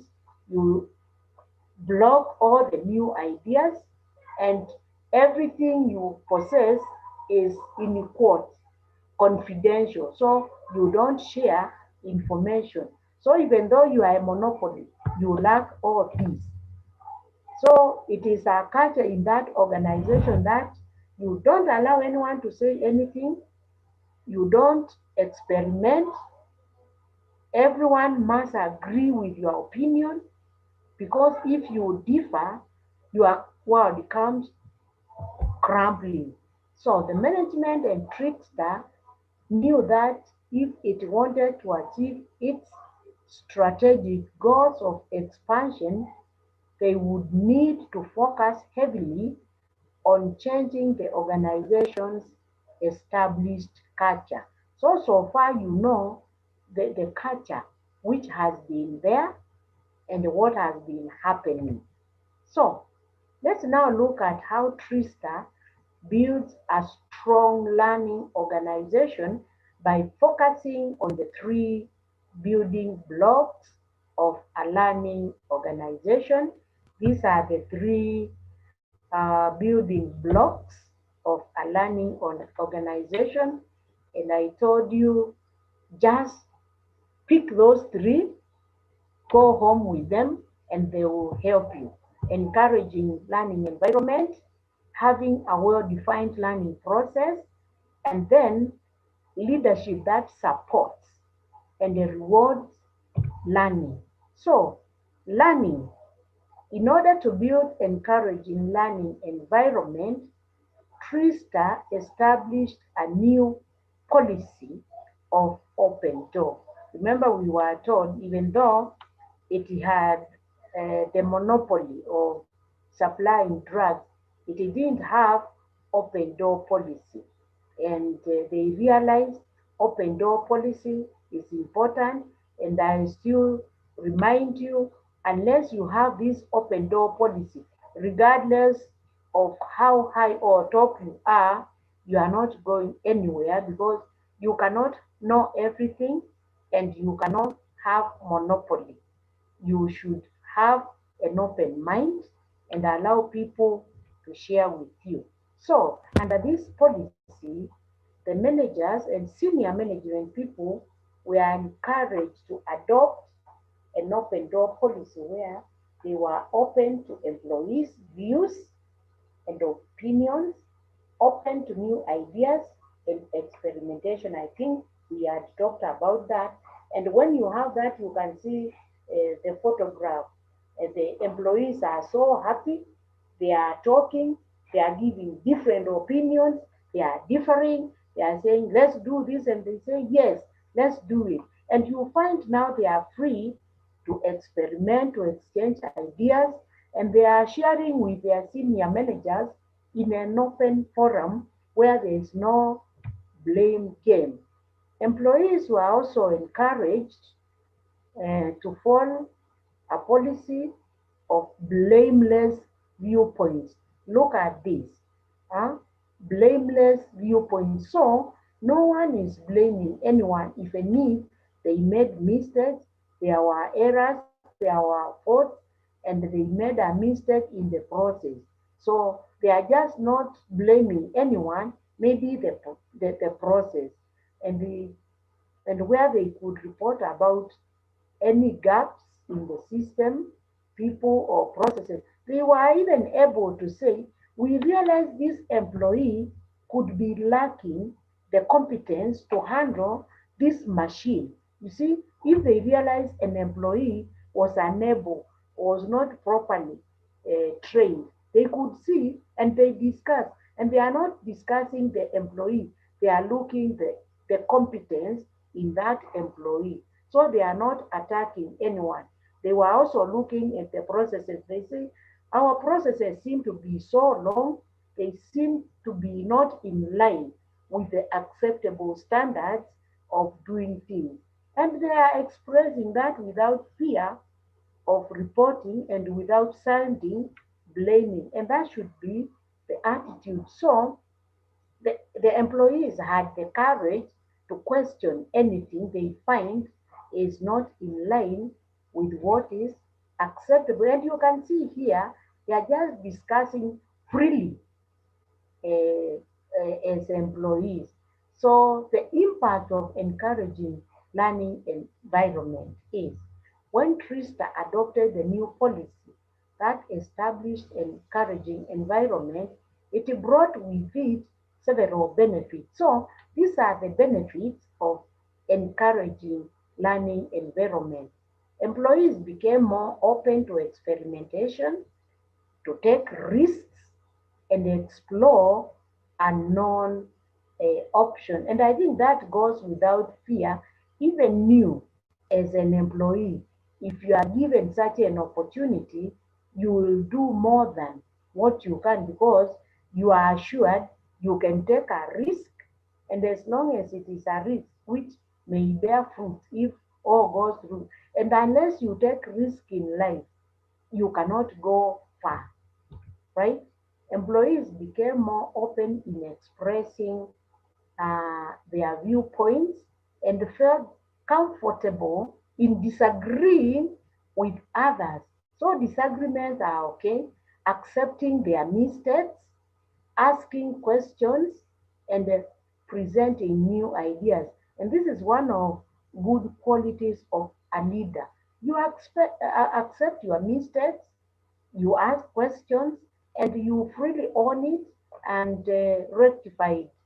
Employees became more involved in reviewing organizational processes and how to improve them. This brings employee engagement, involvement, and you find they are enjoying what they are doing because they are able at any given time to question and say, we think this one is not good, and suppose we do it this way because the environment is encouraging, and they are also learning. And the employees started reporting flaws and weaknesses in the system, weaknesses in people, weaknesses in processes more openly and amicably without sounding blameful and spreading animosity among themselves. You can see if the environment is enabling, you find people talk so freely, nobody blames any other, there's no animosity, and the environment is user friendly, and people can talk professionally, ethically, and no one takes any offense. Employees, managers, as well as senior managers understood the value of opposing ideas. So when you float an idea and your colleague tells you, sir, this one is not okay. Actually, you just laugh about it and tell them, okay, tell me what you think is good with an open mind. And then you discuss, you open it. And that's why even in all my trainings, those who have attended, I say when we are learning, we are sharing experiences and everyone has something to bring on board. And nobody should brag or boast about they know everything because we are just sharing knowledge, experiences, and together we become better. So here you can see the managers, senior management, and employees. They value opposing ideas.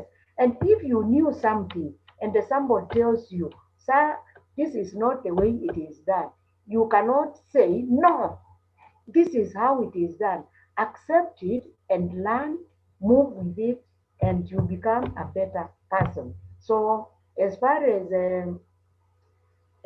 creating enabling environment is concerned, that's what we have to say for now. And then the other second building block is well-defined learning processes. And in order to build well-defined learning processes, Trista started conducting a thorough and a systematic analysis and examination after every mission, project, or any activity. So they started now examining and questioning. That is what we say the transformational learning, looking at their own projects, their own mission, and everything to do with them. And remember, I told you, rigid organizations do not like this kind of learning because they don't want to change. And remember, we said for a learning organization, change must take place.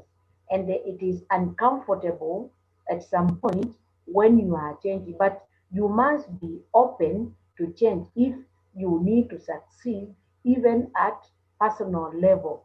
Move out of your comfort zone and accept to change. So the parties involved in such tasks were asked to properly document their views that is knowledge management, on particular activity pertaining to questions such as, what had you set out to do in this particular mission, project, or activity? So what is it you wanted to do? Then what happened and why it happened? For example, what actually happened? We achieved it. We did not achieve it. If we didn't achieve it, why did we achieve it? And then you start looking at the flaws. What can you do better next time? Probably we didn't achieve it because we were interrupted by COVID-19, which affected our finances. But then, because we are believing this situation is going to end, next time we are assuming we will get some inflows and we shall be able to implement it. So the findings from the documented views of all the parties are then collaborated into a proper report. That's why we said you go back to the drawing board, you align, realign, and you come up with a report.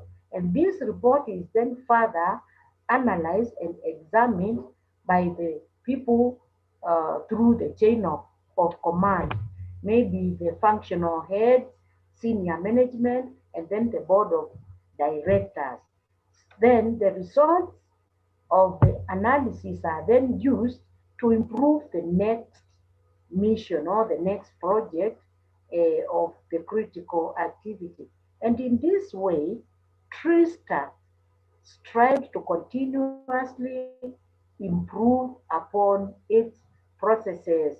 From the word go, we say learning organization is to continuously improve your activities, your processes, your practices, and everything that you do. And also it aims at correcting any anomaly which may have gone wrong. So when you define a good processing process, this is what happens. So the impact of well-defined learning process, when Trista adopted the review policy that helped establish well-defined learning process, it brought with it the benefits.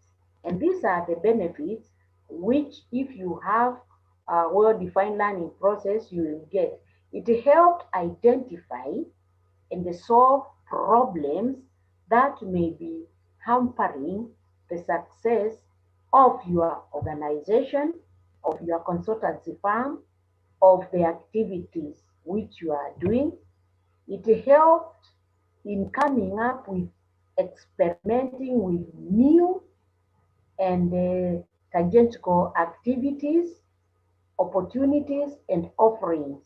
It helped employees become more responsible and diligent toward their individual tasks, in particular uh, projects, and it helps in developing employees' analysis, interpretation, and forward-looking uh, skills or strategic skills. So you can see the benefits, and it helps in creating, gathering, understanding, and spreading important information about each project or activity to all involved through the chain of command. In other words, to everyone.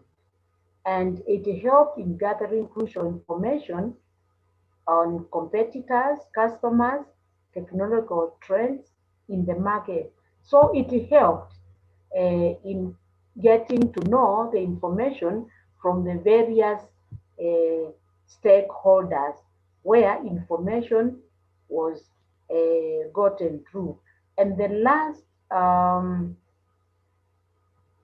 block, which helped Trista come up with a learning organization in order to foster leadership that supports and rewards learning.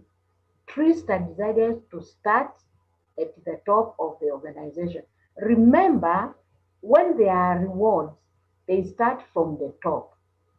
the management is rewarded for their good performance in terms of bonuses, in terms of trips, in terms of anything that may motivate them.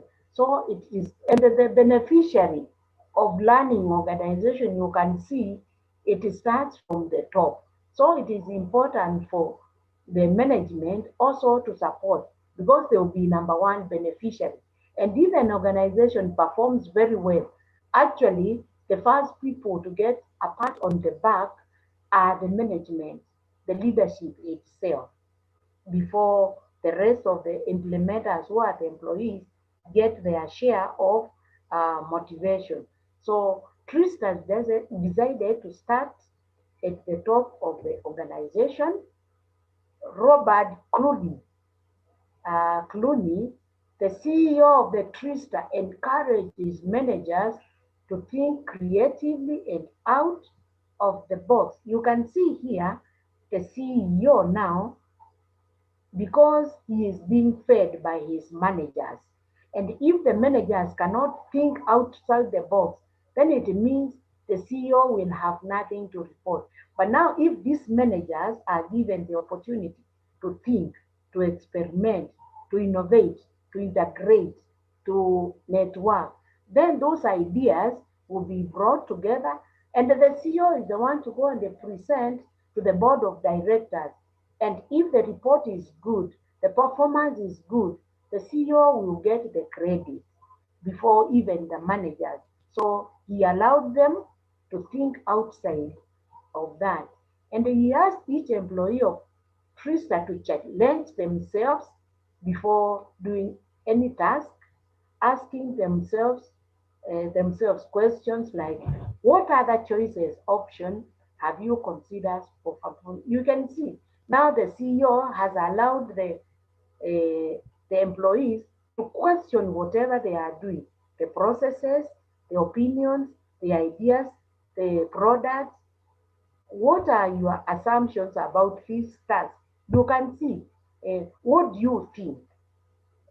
How can you improve yourself in this task than the last one? You can see now, this is now the leadership that started supporting and rewarding learners, because now the CEO was able to ask employees to ask themselves, how can you improve yourself in this task? That means if an employee says, I need to go for a 2 week refresher course on this, I can perform better. Then it means the leadership now realize supporting employees and rewarding them will bring success to this organization. So such questions help employees create an open-minded approach towards each task, which is critical to learning. So if the management can come down to the employees and encourage them to do self-evaluation and find out what can make them better, then it means you are heading towards the right direction to a learning organization through the support of leadership. And the impact of the leadership that supports and rewards learning is that when Tristas strive to foster a leadership that supports and rewards learning, it brought with it the following benefits. It helped each employee to understand the crucial relevance of spending time on problem identification. Otherwise, if there's no support, employees don't care. They say, after all, I'm on payroll. And in any case, even if I identify something, I'll be locked out. But here, it was the opposite. Now, employees were able, because they are being supported by leadership, they were able to have time on problem identification, and once they identify that problem, they were able to transfer that knowledge in an open manner and thoughtful contemplation, thinking, yes, this is what happened, and I think we should have done this And they transfer that information either to the immediate supervisor, to their departmental head, or even share it with the CEO himself. And it also showed the organization and the manager's openness and willingness towards novel and alternative viewpoints and ideas. So maybe what the management or what the leadership thought was the idea was not the correct one. There could have been an alternative, and they embraced that viewpoint, which could make sense. And we remember for the company where we did introduction, they realized the problem was not the pricing, the problem was learning organization. And they embraced that. It encouraged each individual to engage in active questioning and listening with other parties involved. So if you find an, a setup which encourages questioning, it is on the best way. Hence, you can understand how Trista built a sustaining learning organization based on the three critical building blocks of any learning organization, which I told you take home with them. And we shall look briefly what factors drive learning in an organization in the next few minutes. This is our last slide, as I told you. And of course, we know the first one are the employees. Organization is all about employees. So we look at them and then we look at the practice and then we'll be done by the time allocated. So the first one which drives learning in an organization, even without further elaboration, is employees. Organization is all about employees. So we are saying employees of an organization are the knowledge workers. That's very true, who have constantly remain abreast of the latest trend, what is happening, latest technology, developments in their respective field and market. Then, hence, employees have to undergo continuous learning. That's what we started with, in order to remain competent, skilled, knowledgeable, upbeat to do their jobs. That's all what we can say. And then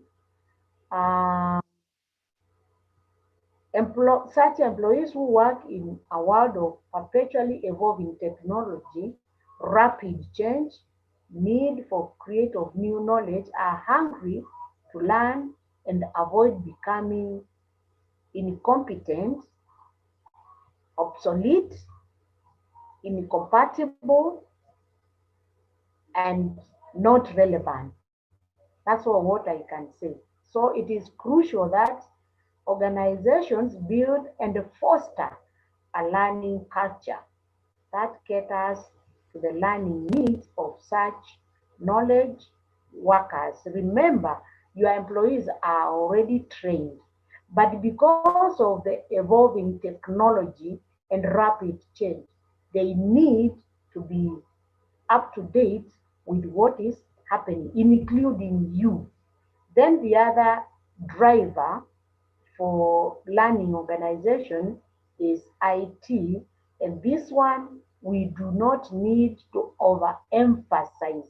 We know technology is what is making everything possible.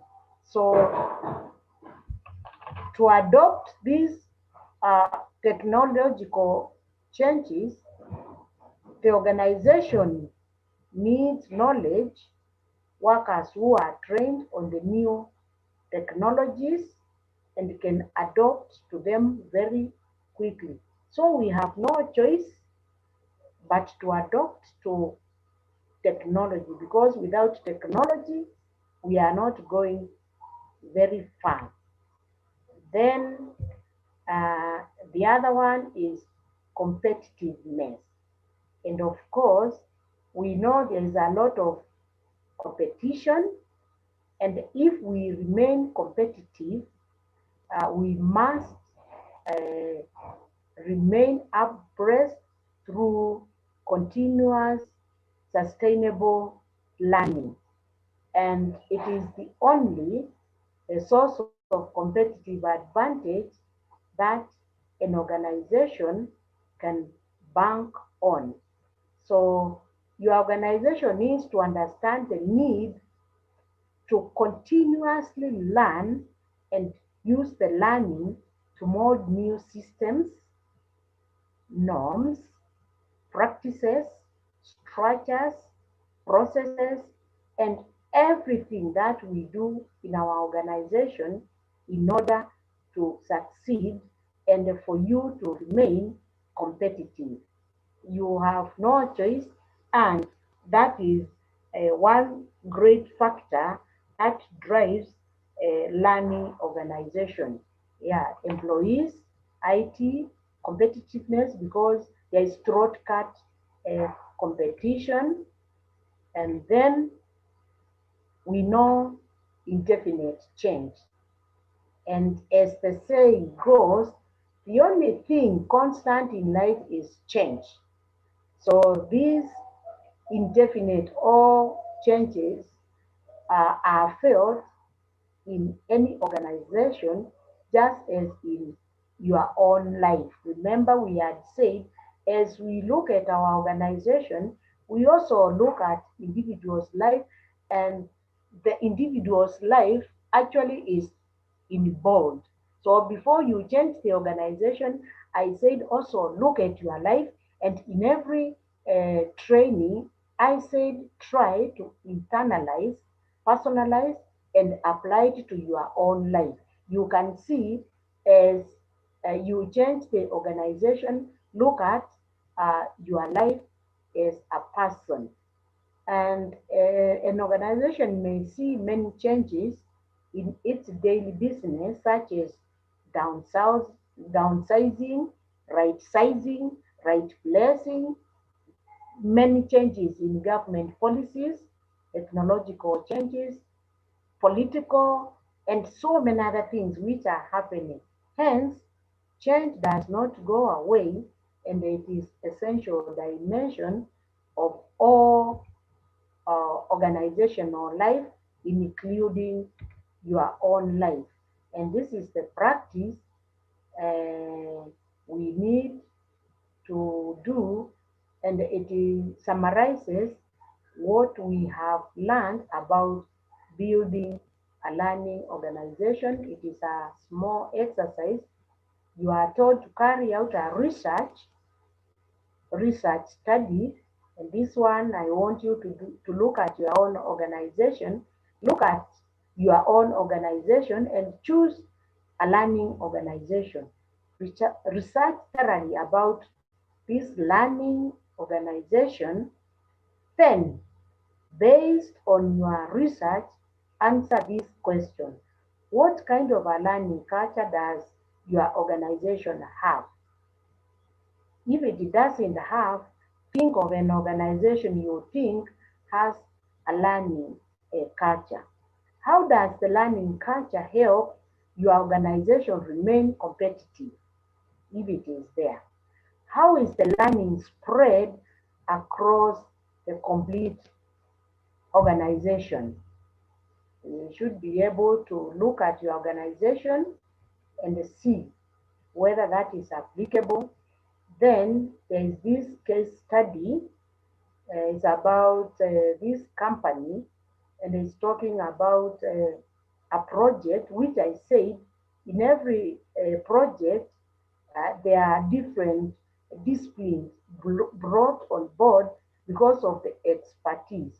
So we are told Howard ends a team of 12 people, and is responsible for preliminary discussions with clients and managing the project. So how can you ensure open communication to foster learning in your team? How can you use learning from each project to adapt to upcoming changes. Just think of your organization and then answer that. And then this is a summary of what we learned from at the beginning to the end. It summarizes by defining a learning organization. We know what it is. That is the summary. It has summarized the key points of the correct, the learning methods, corrective learning, types of learning, corrective learning, transformational learning, and we know what we said about them. Then we talked about chief aspects or main points of a learning organization, and there are three. We said it's from you, from your department, and by extension, the organization. And then we looked at the 7 steps followed for by a building learning organization. And I think you should note this.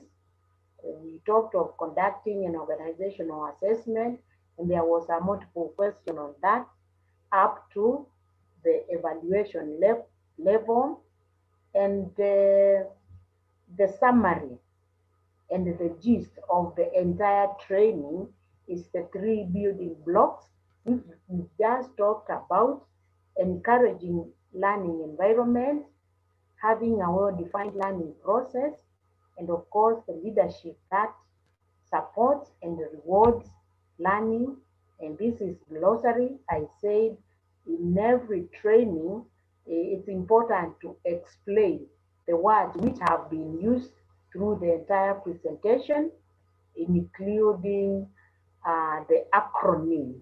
So this is the glossary, the meaning of adapt, access, culture, communication, learning, leader, organization, opportunity. I don't think whether there is anything new. And I want to say congratulations. You have successfully completed the module on building learning organizations, and it's 11:30. That's what we said. We shall complete our discussion for today. I want to welcome any contribution, observation, addition, clarification, or anything that may not be clear for future discussion or further research, experimentation, looking at the flaws and all that. So I want to welcome you for anything that you may need today. Otherwise, for me, I say thank you very much for your time and for your contribution, participation. I realize you are very good students because you've gotten all the multiple questions right. And in case we do not meet, I wish you a very pleasant, festive season ahead. Once again, many thanks and have a fruitful Friday. Thank you. Thank you. Thank you. Thank you, Mwalimu. Thank you you too. everyone for participating. And Sana, Thank you. and it has been a very beautiful session on building learning organizations. I hope you have learned something. At least you have learned that it was not about building a school. It is culture of learning in your organization. Tomorrow we have the coaching skills by Catherine Wamwangi. I hope to see you there tomorrow. Thank you and have a blessed day. I'm in a place where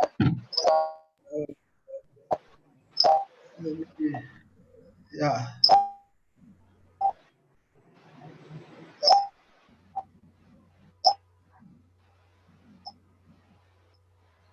I guess my video is not working.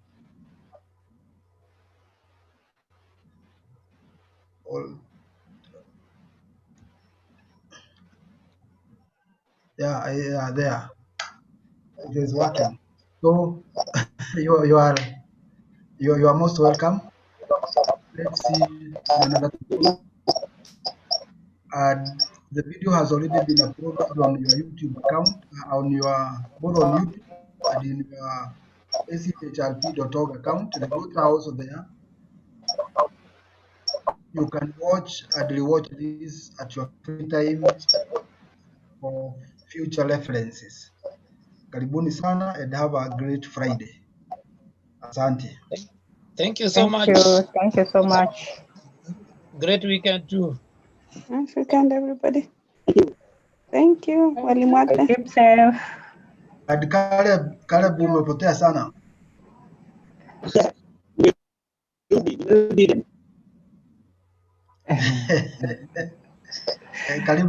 Karibu. Lydia Gavena, have a good day. Wangui,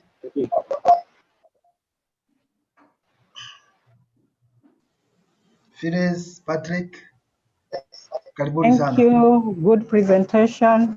Thank you. Thank Keep you. safe. Bye. Hi.